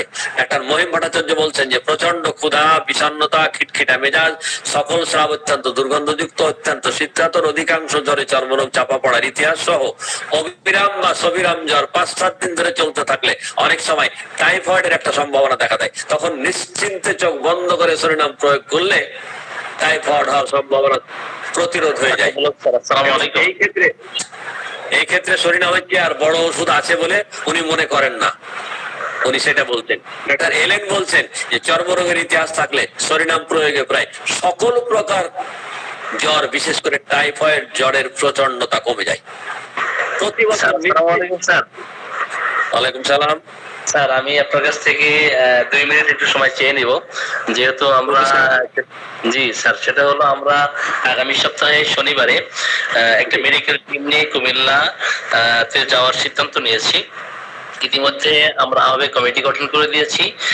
বন্যা পরবর্তী পর্যায়ে যে ধরনের অসুস্থতা দেখা দিবে, তো আমরা হোমিওপ্যাথিক ডক্টর হিসেবে আমাদের হোমিওপ্যাথিক সংগঠনের পক্ষ থেকে তো আমরা একটা মেডিকেল টিম নিয়ে যাব, সেখানে প্রায় 8-10 জন ডক্টর থাকবেন। তো 2টা গ্রুপে আমরা সেখানে চিকিৎসা দিব টোটালি ফ্রি, এবং তাদের অন্যান্য সহযোগিতা যদি করতে পারি, আমরা ইকোনমিক্যালি যদি সেখান থেকে কিছু কালেকশন করতে পারি এখান থেকে, তো তাদেরকে হেল্প করব। তো এই বিষয়ে আপনি একটু গ্রুপে যারা আছেন প্রত্যেকের একটু বিনীতভাবে আমরা অনুরোধ করতে চাই, আপনি একটু বলে দিবেন, আমিও বলবো যে ইতিপূর্বে আমরা কয়েকদিনে বেশ কিছু টাকা কালেকশনও করেছি। আমাদের অর্থ সচিব আছেন মোল্লা মামুন ভাই, উনিও হয়তো 1 মিনিটে বলবেন যে কত টাকা কালেকশন করেছেন। তো এই বিষয়ে আপনি একটু কথা বলবেন, একটু কালেকশন আমরা কিভাবে করতে পারি এবং কিভাবে সহযোগিতার হাত বাড়িয়ে দিতে পারি। জি স্যার। আচ্ছা, ধন্যবাদ। একটা উত্তম কথা বলেছেন, আল্লাহ আপনাকে সেই জন্য যেন উত্তম জায়গা দান করেন। আমরা সবাই এদেশের নাগরিক, আমরা এদেশের নাগরিক, আমাদেরই ভাই বোন, আমাদের আত্মীয় স্বজন কষ্ট পাচ্ছে, আমরা সবাই যেন উদার হয়ে এই জায়গাটায় সহযোগিতা করি। তবে একটা আবেদন আপনার কাছে আমার, সবচেয়ে বেশি ক্ষতিগ্রস্ত হয়েছে 11টা জেলার মধ্যে ফেনী। ফেনীর কয়েকটা জায়গায় এত বেশি ব্যাকওয়ার্ড জায়গা যে সেখানে না ত্রাণ ঠিক মতো যাচ্ছে, না চিকিৎসা তো দূরের কথা, 4 দিন 5 দিন না খায় যেরকম। তো আমার কাছে মনে হয় যে ওই সবচেয়ে ক্ষতিগ্রস্ত জায়গাটায় যদি আমরা যাওয়ার চেষ্টা করতাম, ফেনীর কয়েকটা 4টা উপজেলা বোধহয়, যে কোনো একটা উপজেলা আমরা যেতে পারতাম। কুমিল্লা সেই তুলনায় অনেক কম ক্ষতিগ্রস্ত হয়েছে, মানে সবচেয়ে বেশি মানে বাড়ি ঘরের উপর দিয়ে মানে জল যাচ্ছে, একতলা বাড়ি টোটালি ডুবে গেছে, এরকম জায়গা মানে ওই ফেনীতে সবচেয়ে বেশি, মানে সবচেয়ে ফেনী ক্ষতিগ্রস্ত বন্যায়। ফলে ওই জায়গাটা আমরা যেতে পারলে বোধহয় একটু উপকার, তো যেখানে যাবেন সেখানে, কিন্তু ওই জায়গাটা আমরা গেলে বোধহয় একটু বেশি ভালো হয়। জি স্যার, আপনি অবশ্যই আমাদের সাথে থাকবেন, আর আমরা কিভাবে সহযোগিতার হাত বাড়িয়ে দিতে পারি সবাই আর্থিকভাবে সহযোগিতা করবেন, আমিও দেখি ব্যক্তিগতভাবে কালেকশন করি কিছু, আর সবাই মিলে আমরা সংগঠন থেকে কিছু কিছু দিই, কারণ এই দুর্দিন সবারই থাকবে না, আসবে না। অনেক মানুষ আছে যারা মানুষকে দান করে, কিন্তু আজকে এমন একটা বেকায়দায় পড়ে গেছে, তার হঠাৎ করে রাতের বেলা সবই ডুবে গেছে, কিছু নিয়ে বেরোতে পারে নাই, ব্যাংক থেকে টাকা তুলবে চেকটাও নিতে পারে নাই, টাকাটাও নিয়ে বেরিয়ে আসতে পারে নাই, হঠাৎ করে উঠে থেকে ঘর ডুবে গেছে, যান বাঁচানোর জন্য দৌড় দিছে। তো যাই হোক, তাহলে আলোচনায় ফিরে আসি। আলোচনা প্রায় শেষ পর্বে চলে এসেছে অনেকটাই। প্রতি বছর নির্দিষ্ট ঋতুতে একটা সময় গিয়ে দেখা যাচ্ছে যে নির্দিষ্ট দিনে নির্দিষ্ট ঋতুতে হে ফিভারে আক্রান্ত হয়। আমরা জানি যে হে ফিভার বা ওই যে আমরা বলি ওটাকে প্রতিষ্ঠা বলি আর কি, ওই যে জটিল বাংলা, ওই বাংলা না বলি হে ফিভারটাও আমাদের বুঝতে ঝামেলা, বাংলা দেখতে গেলেও ঝামেলা। তো জায়গা আমি পরে বলছি হে ফিভারটা কি। ফিরে আসে সেই সাথে বর্তমানে হাঁপানি ও একজিমার ইতিহাস থাকে, যখনই হে ফিভার দেখা দেয় তখন তার হাঁপানি বা একজিমাটাও দেখা দেয়। প্রতি বছর শুধু সাধারণত গ্রীষ্ম বা বর্ষাকালে এই হে ফিভারটা ফিরে আসে। সাধারণত শীতকালে শরীর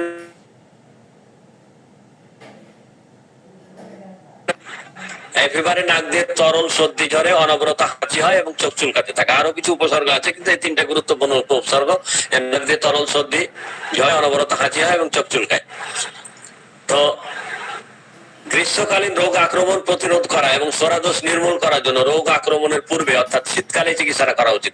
যারা প্রতি বছর হে ফিভারে আক্রান্ত হয় তাদের ট্রিটমেন্টটা করতে গেলে আমাদের শীতকালে করা উচিত, কারণ যখন আক্রান্ত হয় তখন ট্রিটমেন্ট করে বেশি সুবিধা করা যায় না। অর্থাৎ যে রোগটা যে সিজনে হয় তার আগে, ওই সিজনের আগে ট্রিটমেন্ট করলে এটা সব রোগের বেলায় সুবিধা হয়। এখন আমরা আসি ম্যালেরিয়া। ম্যালেরিয়া জ্বরে শীত সহ পিপাসা এবং পানি খাওয়ার সঙ্গে সঙ্গে কাশি হলে শরীরাম বেশ কার্যকরী।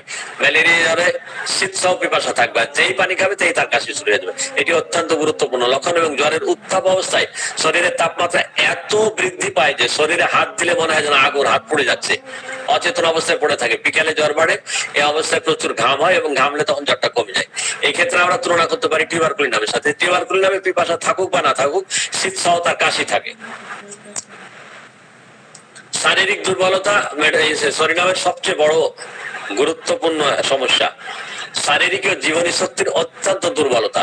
শরীর এতটা দুর্বল যে সামান্য পরিশ্রম সহ্য করতে পারে না, সর্বদা শুয়ে থাকতে চায়। শরীরের প্রায় সকল শিশুর স্বাস্থ্য ছিন্ন দীর্ণ দুর্বল, রক্ত স্বল্পতা দেখা দেয়।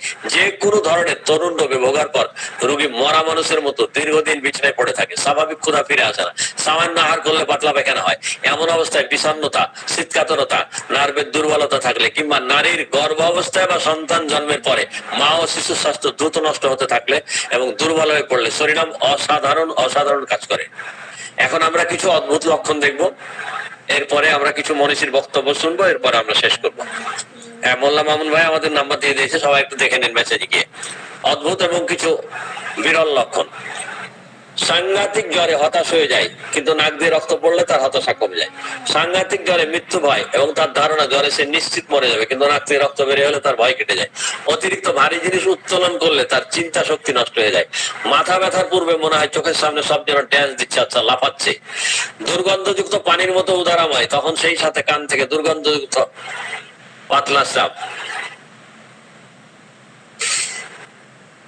বসে থাকলে তার কণ্ঠনালীতে মনে হয় পোকা হাঁটছে। যানবাহনে চললে তার কষ্টকর শ্বাসকষ্ট উপশম হয়। শুয়ে থাকলে তার হৃৎপিণ্ডের মধ্যে গল গল করে শব্দ করে। রাতের বেলায় হাতের তালু ঘামে। ঝড় বৃষ্টির আগেই বুঝতে পারে ঝড় বৃষ্টি হয়, সরি এটা ওখানে পরে বলি। শরীরাম খুব শীতকাতর হলেও বাতাস যত গরম হয় চর্মরোগের চুলকানি তত বৃদ্ধি পায়। অথচ রোগী শীতকাতর, কিন্তু সে গরম সহ্য করতে পারে না চর্মরোগীর ক্ষেত্রে। শরীরামের রোগীরা অসুস্থ হওয়ার আগের দিন শারীরিক ও মানসিক ভাবে বেশ আরাম বোধ করে এবং ভালো থাকে। অর্থাৎ রোগী বুঝতে পারে এবং বলে যেদিন আমার শরীর এবং মন ভালো থাকে তার পরের দিনে আমি অসুস্থ হয়ে পড়ি। খোলা বাতাসে দুর্বলতা বোধ করে এবং দম বন্ধ হয়ে আসে, অথচ খোলা বাতাসে মানুষের ভালো থাকার কথা। হাঁপানি রোগী চিত হয়ে শুয়ে হাত দুটাকে দূরে ছড়িয়ে দিলে উপম বোধ করে।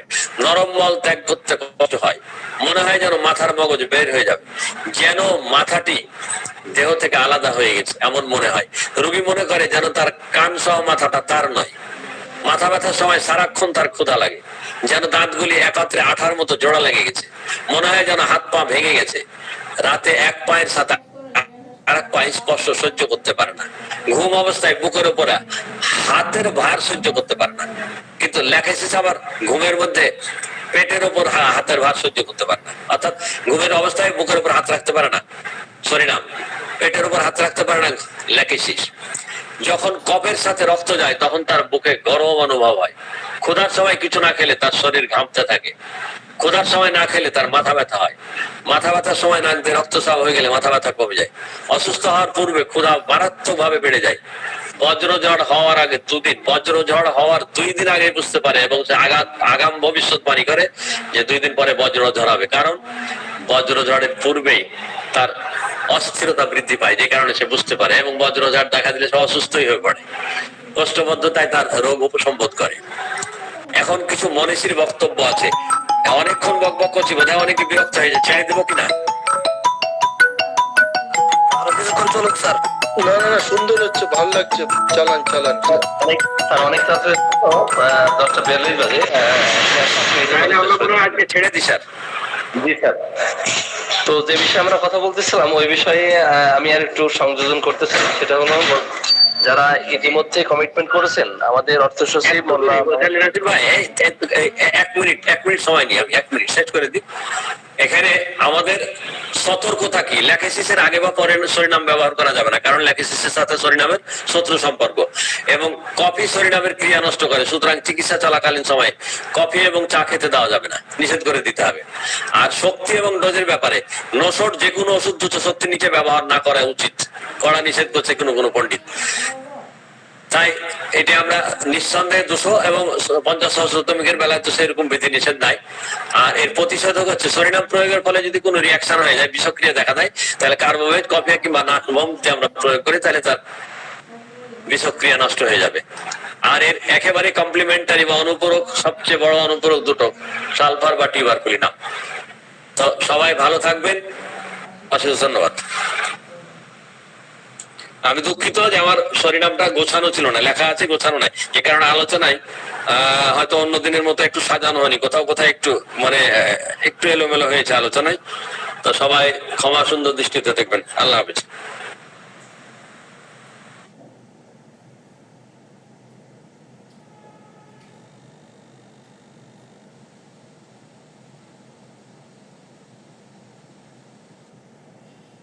ও সরি, আজকে আমাদের নাজমুল স্যার আমাদের সাথে ছিল। নাজমুল, অশেষ অশেষ ধন্যবাদ।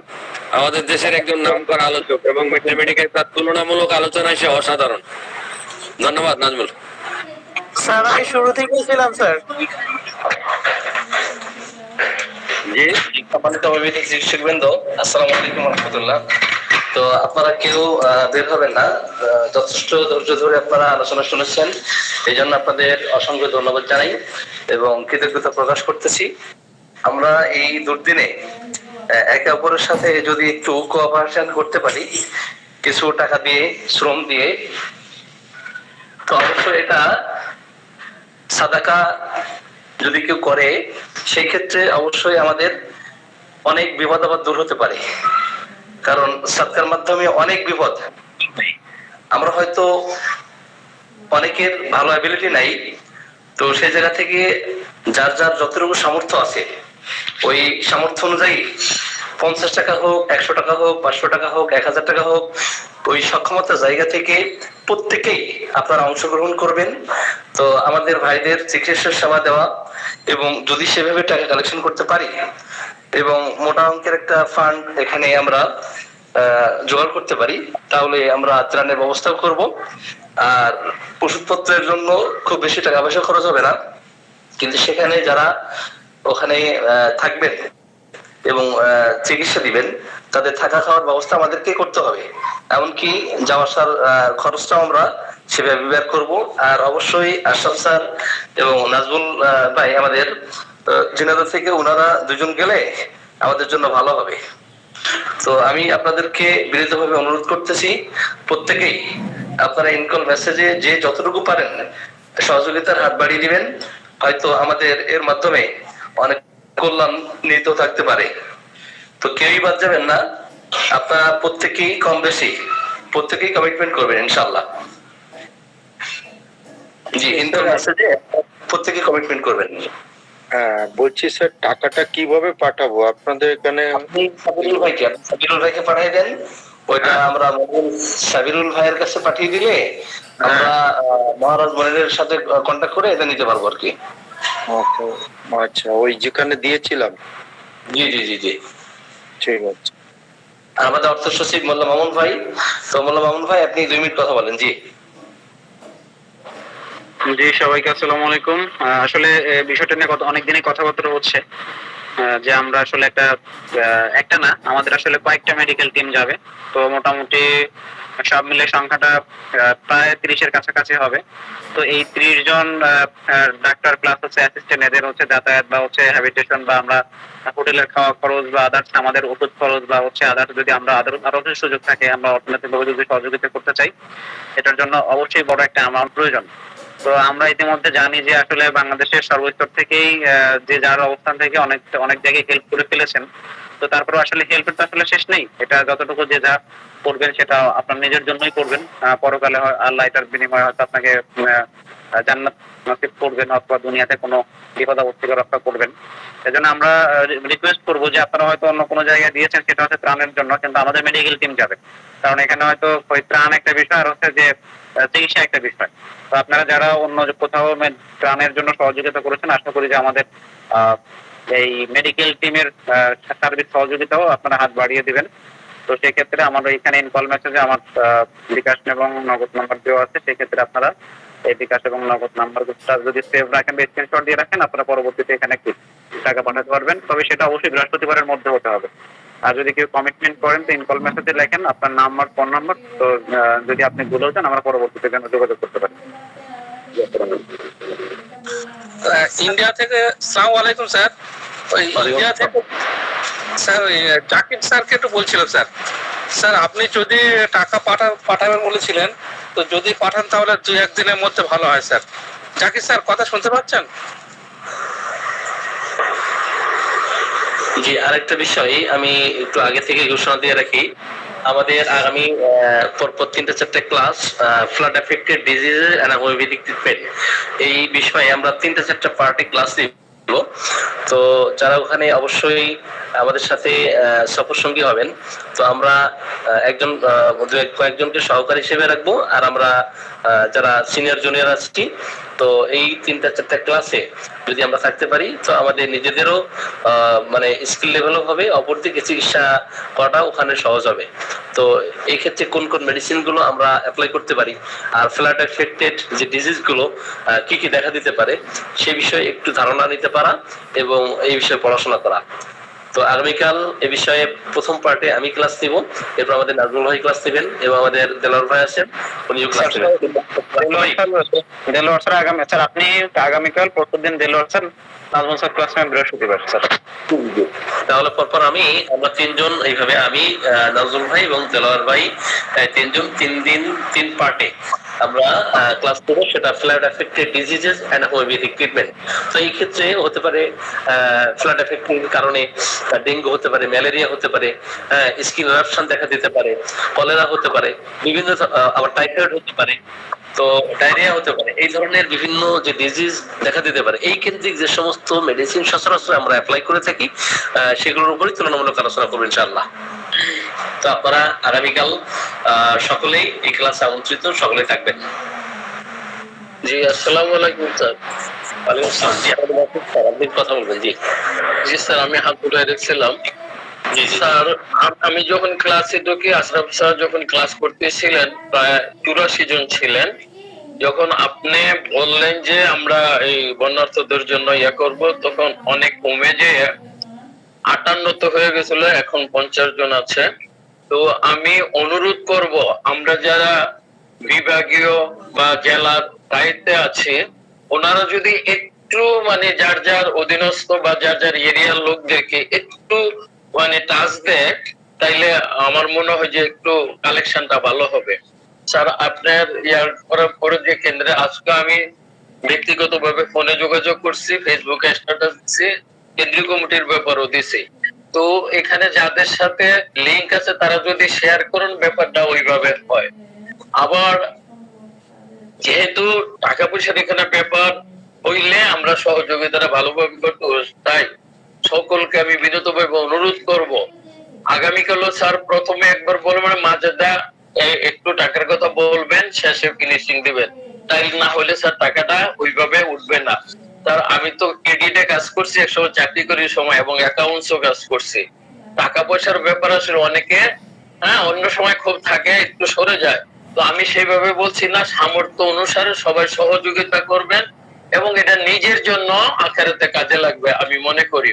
তো এখন যারা উপস্থিত আছেন, দায়িত্বশীল আছেন, তারা সকলেই যদি একটু একজনের কথায়, যেমন আশরাফুল হক স্যারের কথায়, নাসির স্যারের কথায়, নাজমুল স্যারের কথায়, দেলোয়ার স্যারের কথায়, ওনাদের যথেষ্ট ভূমিকা আছে আমি জানি, কারণ ওনাদের ওনারা অনেক পরিশ্রম করেন। তো যে স্যারের আজকে উপস্থিত আছেন, আমি প্রত্যেককে বিনীতভাবে অনুরোধ করব, স্যার আপনারাও একটু নিজেরা তো দিবেনই, অন্যদেরকে একটু যার যার পরিচিত জায়গা আছে যদি বলে দেন, তাহলে কালেকশনটা ভালো হবে ইনশাল্লাহ। তো স্যার, আমি যদি বেয়াদবি করি মাফ করে দেবেন। তো যেহেতু আমাদের টাকা পয়সা ছাড়া তো স্যার হবে না, আমরা কিছু ভালো কিছু করতে গেলে টাকা পয়সা যারা যাবে তাদের একটু মানে ইয়া করতে হবে। তো স্যার, আমি ময়মনসিংহ থেকে আমি চেষ্টা করতেছি যাতে একটা ভালো ইয়া দেওয়া যায় আর কি। হ্যাঁ, অলরেডি 3000 টাকা দিবেন, উনি লিখেছেন যে আমি 3000 টাকা পাঠাবো। তো আলহামদুলিল্লাহ আলহামদুলিল্লাহ আলহামদুলিল্লাহ আলহামদুলিল্লাহ উনি আরো যদি কিছু কালেকশন করতে পারেন, যদি 5000 টাকা ওনার ওখান থেকে আমরা, যেহেতু উনি জেনারেল জেলার সভাপতি, তো যারা দায়িত্বে আছেন ওনাদের সাথে একটু যদি কোঅপারেশন করা যায় তাহলে অবশ্যই আরো 2000 টাকা কালেকশন করা সম্ভব হবে। আমি নিজেও ব্যক্তিগতভাবে অনেকেই ফোন দিচ্ছি বা আগামীকাল দিব। তো আজকে কয়েকজনকে ফোন দিয়েছি, তো অলরেডি অনেক কমিটমেন্ট করেছেন। তো আমরা নাসির স্যার, আমি আধা মিনিট কথা বলি। নাজমুল স্যারের বক্তব্য সারা বাংলাদেশে আছে, বিশেষভাবে ওনার ম্যাটেরিয়াল ক্লাসে স্যার আপনি যদি খেয়াল করেন 100-র উপরে লোক হয়ে যায়। হ্যাঁ, স্যার যদি একটু প্রত্যেকটা এরিয়া বলে, আমি বিনীতভাবে অনুরোধ করবো নাজমুল স্যারকে, হ্যাঁ ওই বক্তব্যটা, স্যারের যে শিষ্য আছে, অনেক শিষ্য আছে, আমার ময়মনসিংহ আছে, হ্যাঁ একটু স্যার আপনি টাচ দিয়ে দেবেন, দেখবেন যে অনেকে এত টাকা দেবো, আপনি বড় একটা অ্যামাউন্ট দেওয়ার সুযোগ হবে স্যার। হ্যাঁ, নাসির স্যার, আশরাফুল হক স্যার, হ্যাঁ, আপনাদের মতো স্যারদের কথা অনেকেই রক্ষা করবে চাইলে। যেমন আমি ময়মনসিংহের টাকা চাইলে কেউ না করতে পারে না, কম হোক বেশি হোক দেয়। আমি এত গুণীজন না, কিন্তু তারপরও একটা সম্পর্কের কারণে আমি যে পেয়ে থাকি। তো আপনাদের তো স্যার অনেক মেধা, হ্যাঁ, অনেক যোগ্যতা, অনেক ভক্ত আছে। তো স্যার একটু সবাই এই সময় যদি করেন তাইলে এই ডক্টর পয়েন্ট উপকৃত হবে। এই উপকারের মাধ্যমে সকলকে সহযোগিতা করার একটা সুযোগ হয়ে যাবে আর কি। জি স্যার, ধন্যবাদ। স্যার আমি যা করেছি এই বিষয়ে, মানে ডোনেট করার বিষয়ে, আমরা ইতিপূর্বে যত ডাক্তার আছি মোটামুটি বেশ অনেকেই কমিটমেন্ট করেছি। যারা কমিটমেন্ট করেন নাই, কাইন্ডলি যার যতটুকু সামর্থ্য, ওই সামর্থ্য অনুযায়ী আপনারা অবশ্যই ডোনেট করবেন। তো এখানে দেখেন আমরা সারা বাংলাদেশের চিত্রটা আমরা দেখেছি, ফেসবুক বা ইউটিউবে যেভাবে দেখছি যে টাকা কিন্তু দেখেন স্বেচ্ছায় কেউ ব্যাংক ভরা ছিল, ওই ব্যাংক ভেঙে মানে ত্রাণের জন্য টাকা পয়সা এইভাবে তারা ডোনেট করতেছে। তো আমরা কতটা দেখেন একে অপরের সাথে কতটা কোঅপারেটিভ। তো আমরা মনে হয় একটু নাম উল্লেখ করি। জি, আমাদের আব্দুল কুদ্দুস নোমান ভাই, আপনি করেছেন, কমিটমেন্ট করেছেন এবং টাকাটা সম্ভবত দিয়েছেন মনে হয়। জি স্যার, দিয়ে দিবেন। জি, আলী হাসান ভাই, আপনাকে আমরা চিনি না, আমি একটু নাম উল্লেখ করি, কেউ যাবেন না কাইন্ডলি। যে যতটুকু পারেন, আমি একটু নাম ধরে ধরে বলি, যে যতটুকু পারবেন একটু কমিটমেন্ট করেন, ইনকল মেসেজে লেখেন। আলী হোসেন ভাই, আপনি যতটুকু পারেন আপনি কমিটমেন্ট করবেন। আলী হোসেন ভাই শুনতে পাচ্ছেন আমাকে? আমি আগামীকাল ইনশাআল্লাহ ময়মনসিংহ নুরুল আলম স্যারের সাথে দেখা করবো। হ্যাঁ হ্যাঁ, এবং কত দিবেন সেটা কমিটমেন্ট করে ফেলেন, ইনকল মেসেজে লেখেন। ওখানে দিয়ে দেবো। জি, আয়েশা, ময়মনসিংহের বাইরা, ময়মনসিংহের বাইরা, আমরা ময়মনসিংহ দিবেন, আমরা একসাথে টাকাটা। জি স্যার, জি স্যার, ধন্যবাদ। জি জি, আয়েশা খাতুন, আয়েশা খাতুন কোথা থেকে আমি জানি না। তো আপনি ইনকল মেসেজে কাইন্ডলি লেখেন, আমরা বেশি চাপ দিব না, ঠিক আছে?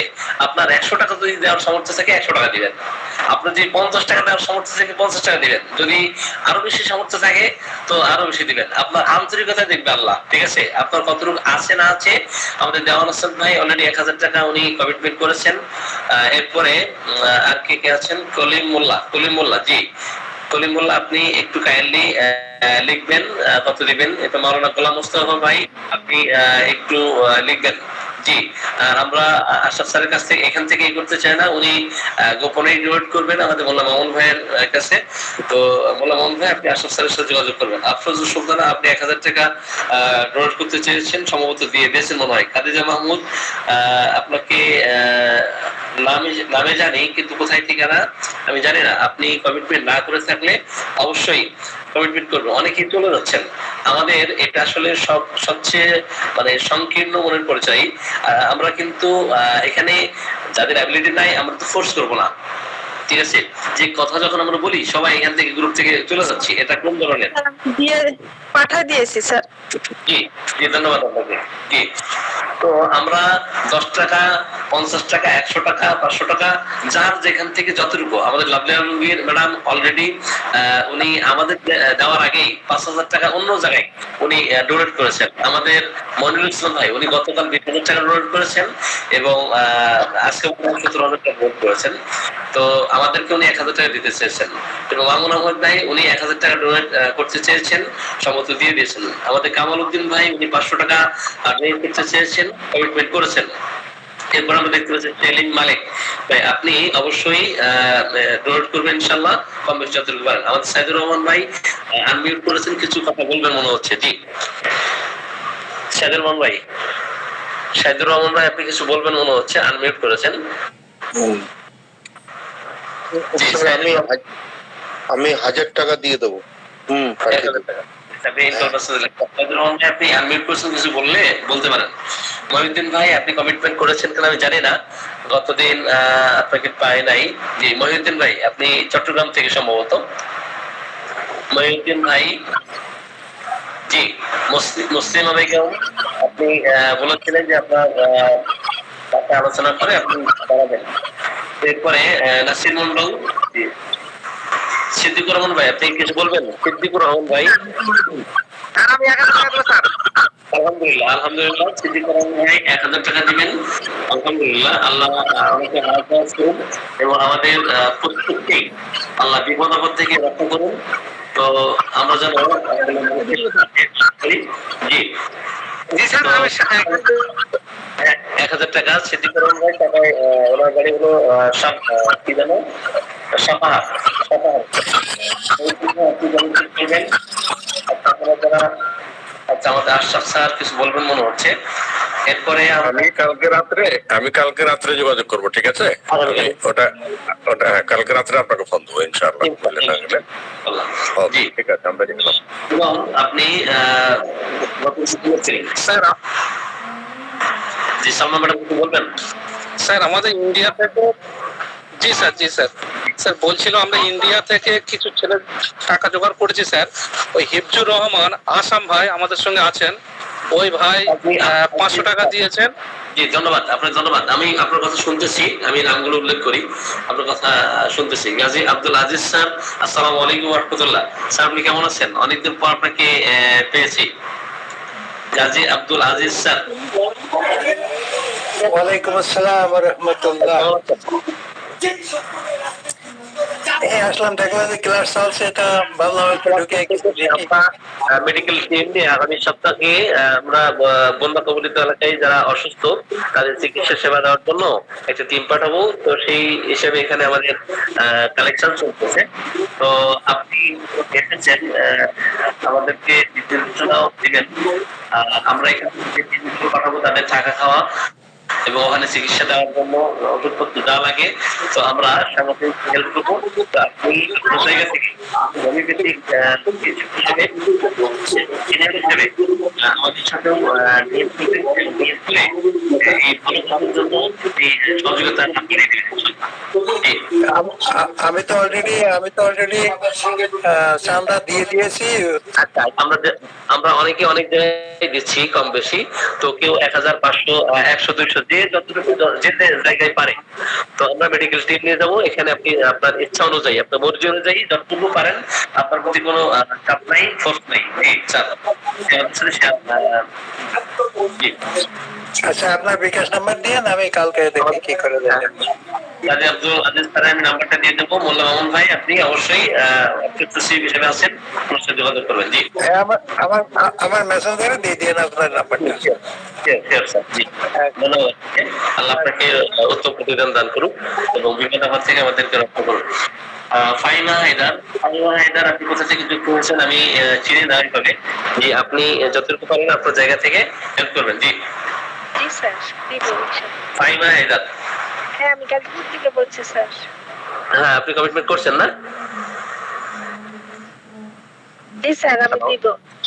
হ্যাঁ আপনি আপনার মোবাইল নাম্বার দিয়ে দেন, নাম ঠিকানা লিখে দেন। একটু ইনকল মেসেজে প্রত্যেকে যারা কমিটমেন্ট করতেছেন নাম ঠিকানা মোবাইল নাম্বার কাইন্ডলি দিয়ে দিবেন।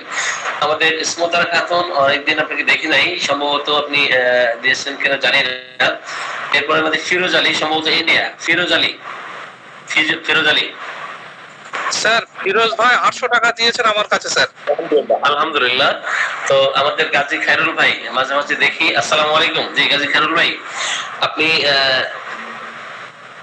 কেমন আছেন? গাজী খায়রুল ভাই বরিশাল বিভাগীয় কমিটির সভাপতি গাজী খায়রুল ভাই। জি আপনি সুস্থ আছেন? জি আপনি আমাদেরকে সহযোগিতা করেন সাথে ইনশাআল্লাহ। জি স্যার জি একটু সহযোগিতা করবেন স্যার আপনাদের সাথে। জি আপনি একটু শুধু মোবাইল নাম্বারটা লিখে দেন, আমাদের অর্থ সচিব আপনার সাথে কথা বলবেন আর কি। হ্যাঁ, অথবা আমি গাজী খায়রুল ভাইয়ের নাম্বারটা মোল্লা মামুন ভাইকে দিয়ে দেবো, উনি পার্সোনালি কমিটমেন্ট করবেন। হেলেন ম্যাডাম আপনি সম্ভবত দিয়েছেন মনে হয়। ইসমতারা খাতুন রাজশাহী। জি রাজশাহীর মানুষ অনেক উদার, ঠিক আছে, উনি হেল্প করেন। জি আপনি কত? জি আমি পাঠাই দিয়েছি টাকা। আলহামদুলিল্লাহ, ঠিক আছে আলহামদুলিল্লাহ। আপনি তো মানে অগ্রগামী ভূমিকা পালন করছেন। যাই হোক, জাকির হোসেন মন্ডল ইন্ডিয়া থেকে অবশ্যই আপনি আমাদের সাথে সম্পৃক্ত থেকে সহযোগিতা হাত বাড়িয়ে দিবেন। এরপরে আমরা কি যেন নাম, জাহানারা, তাই না? ঝর্ণা ঝর্ণা ঝর্ণা ম্যাডাম, জি ঝর্ণা ম্যাডাম আপনাকে আমি ওইভাবে চিনি না, তো মাঝে মাঝে হয়তো ক্লাসে আসেন, আপনি কমিটমেন্ট করবেন। আর লাভলি আলমগীর ম্যাডামের সাথে আমাদের মোল্লা মোহন ভাই কথা বলেছেন ইতিমধ্যে, কামালউদ্দিন ভাই আপনি কমিটমেন্ট করেছেন, সিদ্দিকুর ভাই অলরেডি 1000 টাকা কমিটমেন্ট করেছেন, মহিউদ্দিন ভাই আপনি কি কমিটমেন্ট করেছেন কিনা? আপনাকে আমরা সারা শব্দ দেখতে পাচ্ছি না। জি ঠিক আছে, মোল্লা মোহন ভাই আপনি মহিউদ্দিন ভাইয়ের সাথে পার্সোনালি কন্ট্যাক্ট করবেন। তো ওয়ালাইকুম আসসালাম। জি আমি ওই বেতনের টাকাটা আর এই বন্যার কবলিত অনুদান 200 টাকা দিচ্ছি আর বেতন 300 টাকা 500 টাকা দিচ্ছি। ধন্যবাদ। জি জি, তো জি আপনাকে ধন্যবাদ জানাচ্ছি। জি ম্যাডাম আপনি মনে হয় 500 টাকা কমিটমেন্ট করেছেন। নাসির মন্ডল, নাসির মন্ডল আপনি কোথা থেকে যুক্ত হয়েছেন আমি জানি না, তো যদি সম্ভব হয় আমাদের সাথে সম্পৃক্ত থেকে সহযোগিতার হাত বাড়িয়ে দিবেন। জি ইন্ডিয়া থেকে বলছে স্যার। আমাদের চ্যানেলের সাথে আমাদের সাবির ভাইয়ের সাথে কথা বলবেন, আপনার নাম্বার উনি যোগাযোগ করবেন। জি স্যার আমি কালকে যোগাযোগ করছি স্যার। স্যার আমার নাম্বারটা আমি ইনফোর মেসেজে দিয়ে দিচ্ছি, আপনি ইন্ডিয়া থেকে যোগাযোগ করে নেবেন স্যার। আমাদের রতন কুন্ডু আপনি 1000 রুপি দিতে চেয়েছেন। নাজরিন আক্তার আপনি 500 টাকা কমিটমেন্ট করেছেন, এবং নাজরিন আক্তার নাজরিন একটা নাজনীন সম্ভবত আপনি কোথা থেকে মনে হয় চাঁদপুর, সম্ভবত আমি কোন নাজনীন আমি চিনতে পারছি না, তো আপনিও কম বেশি সহযোগিতার হাত বাড়িয়ে দিবেন। আমাদের প্রায় প্রত্যেকেই এখানে কমিটমেন্ট করেছেন। রমিজ খান আমাদের পার্থ প্রদীপ স্যার প্রায় আমাদের ক্লাসে আসেন, তো আপনিও ইন্ডিয়া থেকে যদি সম্ভব হয় আমাদের সাবিরুল ভাইয়ের কাছে বন্যা কবলিত এলাকায় আমরা গিয়ে চিকিৎসা সেবা দিব, তো সেখানে কয়েকটা টিম পাঠাবো, যেখানে অর্থের প্রয়োজন আছে, আমরা প্রত্যেকের জায়গা থেকে সহযোগিতার হাত বাড়াবো ইনশাল্লাহ। জি রমিজ খান আপনি কোথা থেকে যুক্ত হয়েছেন? রমিজ খান ভাই আপনি আনমিউট আছেন, সরি মিউট আছেন, আনমিউট করবেন, আনমিউট করলে আপনার কথা শুনতে পাবো। সাদ আহমেদ ভাই আপনি মিউট আছেন, আনমিউট করুন প্লিজ। কোথা থেকে যুক্ত হয়েছেন? আপনি আমাদের সাথে থেকে সহযোগিতা হাত বাড়াবেন। এরপরে সর্বশেষ এসকে আব্দুল সালাম। জি সাদ আহমেদ ভাই। জি স্যার আমি আজকে দিয়ে দিয়েছি স্যার। আলহামদুলিল্লাহ, তো শুকরিয়া। আল্লাহ আপনাকে উত্তম প্রতিদান দান করুক এবং আমাদের প্রত্যেককেই বিপদ আপদ থেকে রক্ষা করুক, সে দোয়া কামনা করি। আচ্ছা এরপরে আমরা সর্বশেষ আসি, দেখি সর্বশেষ এসকে আব্দুল সালাম আপনি কোথা থেকে যুক্ত হয়েছেন ভাই? এসকে আব্দুল সালাম আপনি কোথা থেকে যুক্ত হয়েছেন ভাইজান? ইন্ডিয়া থেকে। সরি হ্যালো, ভারত থেকে। ভারত থেকে। তো আপনাকে ধন্যবাদ জানাই আমাদের সাথে থাকার জন্য। তো আমাদের সাবিরুল ভাইয়ের নাম্বার দেওয়া হয়েছে, আপনি যতটুকু পারেন আমাদেরকে হেল্প করবেন, কারণ আমরা এই ক্রান্তিকালে মানুষের পাশে থেকে সহযোগিতা হাত বাড়াতে চাই। আল্লাহ হয়তো আমাদেরকেও কঠিন বিপদ আপদ থেকে আমাদেরকে রক্ষা করবেন, এবং সর্বোপরি আল্লাহ যেন এই দানের বিনিময়ে আমাদের নাজাতের উসিলা করে দেন, এই দোয়া কামনা করি। তো সকলকে অনেক সময় নিয়ে ফেলেছি সকলের কাছ থেকে, তো আমার জন্য দোয়া করবেন, আপনাদের সকলের জন্য দোয়া করি এবং সকলের সুস্বাস্থ্য কামনা করি, দীর্ঘায়ু কামনা করি।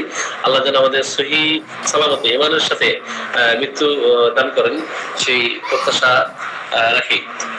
তো আজকের মতো তাহলে আমরা বিদায় নেব, এবং প্রত্যেকেই যারা কমিটমেন্ট করেছেন সহযোগিতার কম বেশি যে যতটুকু পাই, তো আমরা যারা আসলে কোরআন হাদিস পড়েছি যতটুকু বুঝি, এই দানের মর্যাদা অনেক বেশি। আপনি যখন দান করবেন এটা কিন্তু 1 থেকে 100 গুণ 700 গুণ আপনার বাড়িয়ে দিবে। হ্যাঁ, তো ঠিক আছে, আমরা তাহলে আজকের মতো বিদায় নিই। সকলকে ধন্যবাদ জানাচ্ছি। আসসালামু আলাইকুম ওয়া রাহমাতুল্লাহ। স্যার আব্দুল স্যার এবং নাসির স্যার ইন্ডিয়া থেকে কিছু কথা বলতে চাইছে যত সম্ভব। জি বলুন। হ্যাঁ আপনারা বলুন। আর আমরা প্রত্যেকেই তো দিবই, আর পাশাপাশি যদি আমাদের ভাই বোন, হ্যাঁ তো বাবা মা আত্মীয় স্বজন তারাও যদি কম বেশি হেল্প করতে চাই, 10 টাকা করে দিক, 5 টাকা করে দিক, তো অনেক দেখবেন যে সন্তানদের থেকেও, আমার সন্তান থেকে ঠিক আছে তুমি এই টাকাটা তোমাকে দিয়েছি, ওখান থেকে সে 10 টাকা দিচ্ছে। তো এই যে অত্যন্ত আগ্রহ নিয়ে, ভালোবাসা দেখিয়ে, আন্তরিকতা দেখিয়ে আমরা কিন্তু স্টুডেন্টদেরকে দেখেছি, তারা কিন্তু দেখেন তাদের জমানো টাকা, হ্যাঁ তাদের টিউশনের টাকা, তো এইভাবে কিন্তু তারা দিয়ে হেল্প করতেছে। জি বলছি স্যার আমাকে মেসেজটা পাঠিয়ে দিয়েন স্যার। হ্যাঁ হ্যাঁ, একটু এটা করে দেন, নাম্বারটা দিয়ে দেন, ভালো হবে। ঠিক আছে স্যার আমি ইনকল মেসেজে ইন্ডিয়া থেকে বলছি, সাবিরুল সর্দার। ইনকল মেসেজে আমার নাম্বারটা দিয়ে দিয়েছি। নাসির স্যার আপনি ওটা নিয়ে নেবেন, ইন্ডিয়া থেকে যে নাসির স্যার কথা বলছেন, আমি ইনকল মেসেজে আমার নাম্বারটা দিয়ে দিয়েছি। আপনি আমার নাম্বারতে একটু কথা বলে নেবেন। ইন্ডিয়া থেকে নাসির স্যার। জি ধন্যবাদ, আপনি অনেকক্ষণ আছেন। তো ঠিক আছে, আমরা সকলেই আজকের মতো বিদায় নিই। জি আসসালামু আলাইকুম ওয়া রাহমাতুল্লাহ। ওয়ালাইকুম আসসালাম ওয়া রাহমাতুল্লাহ।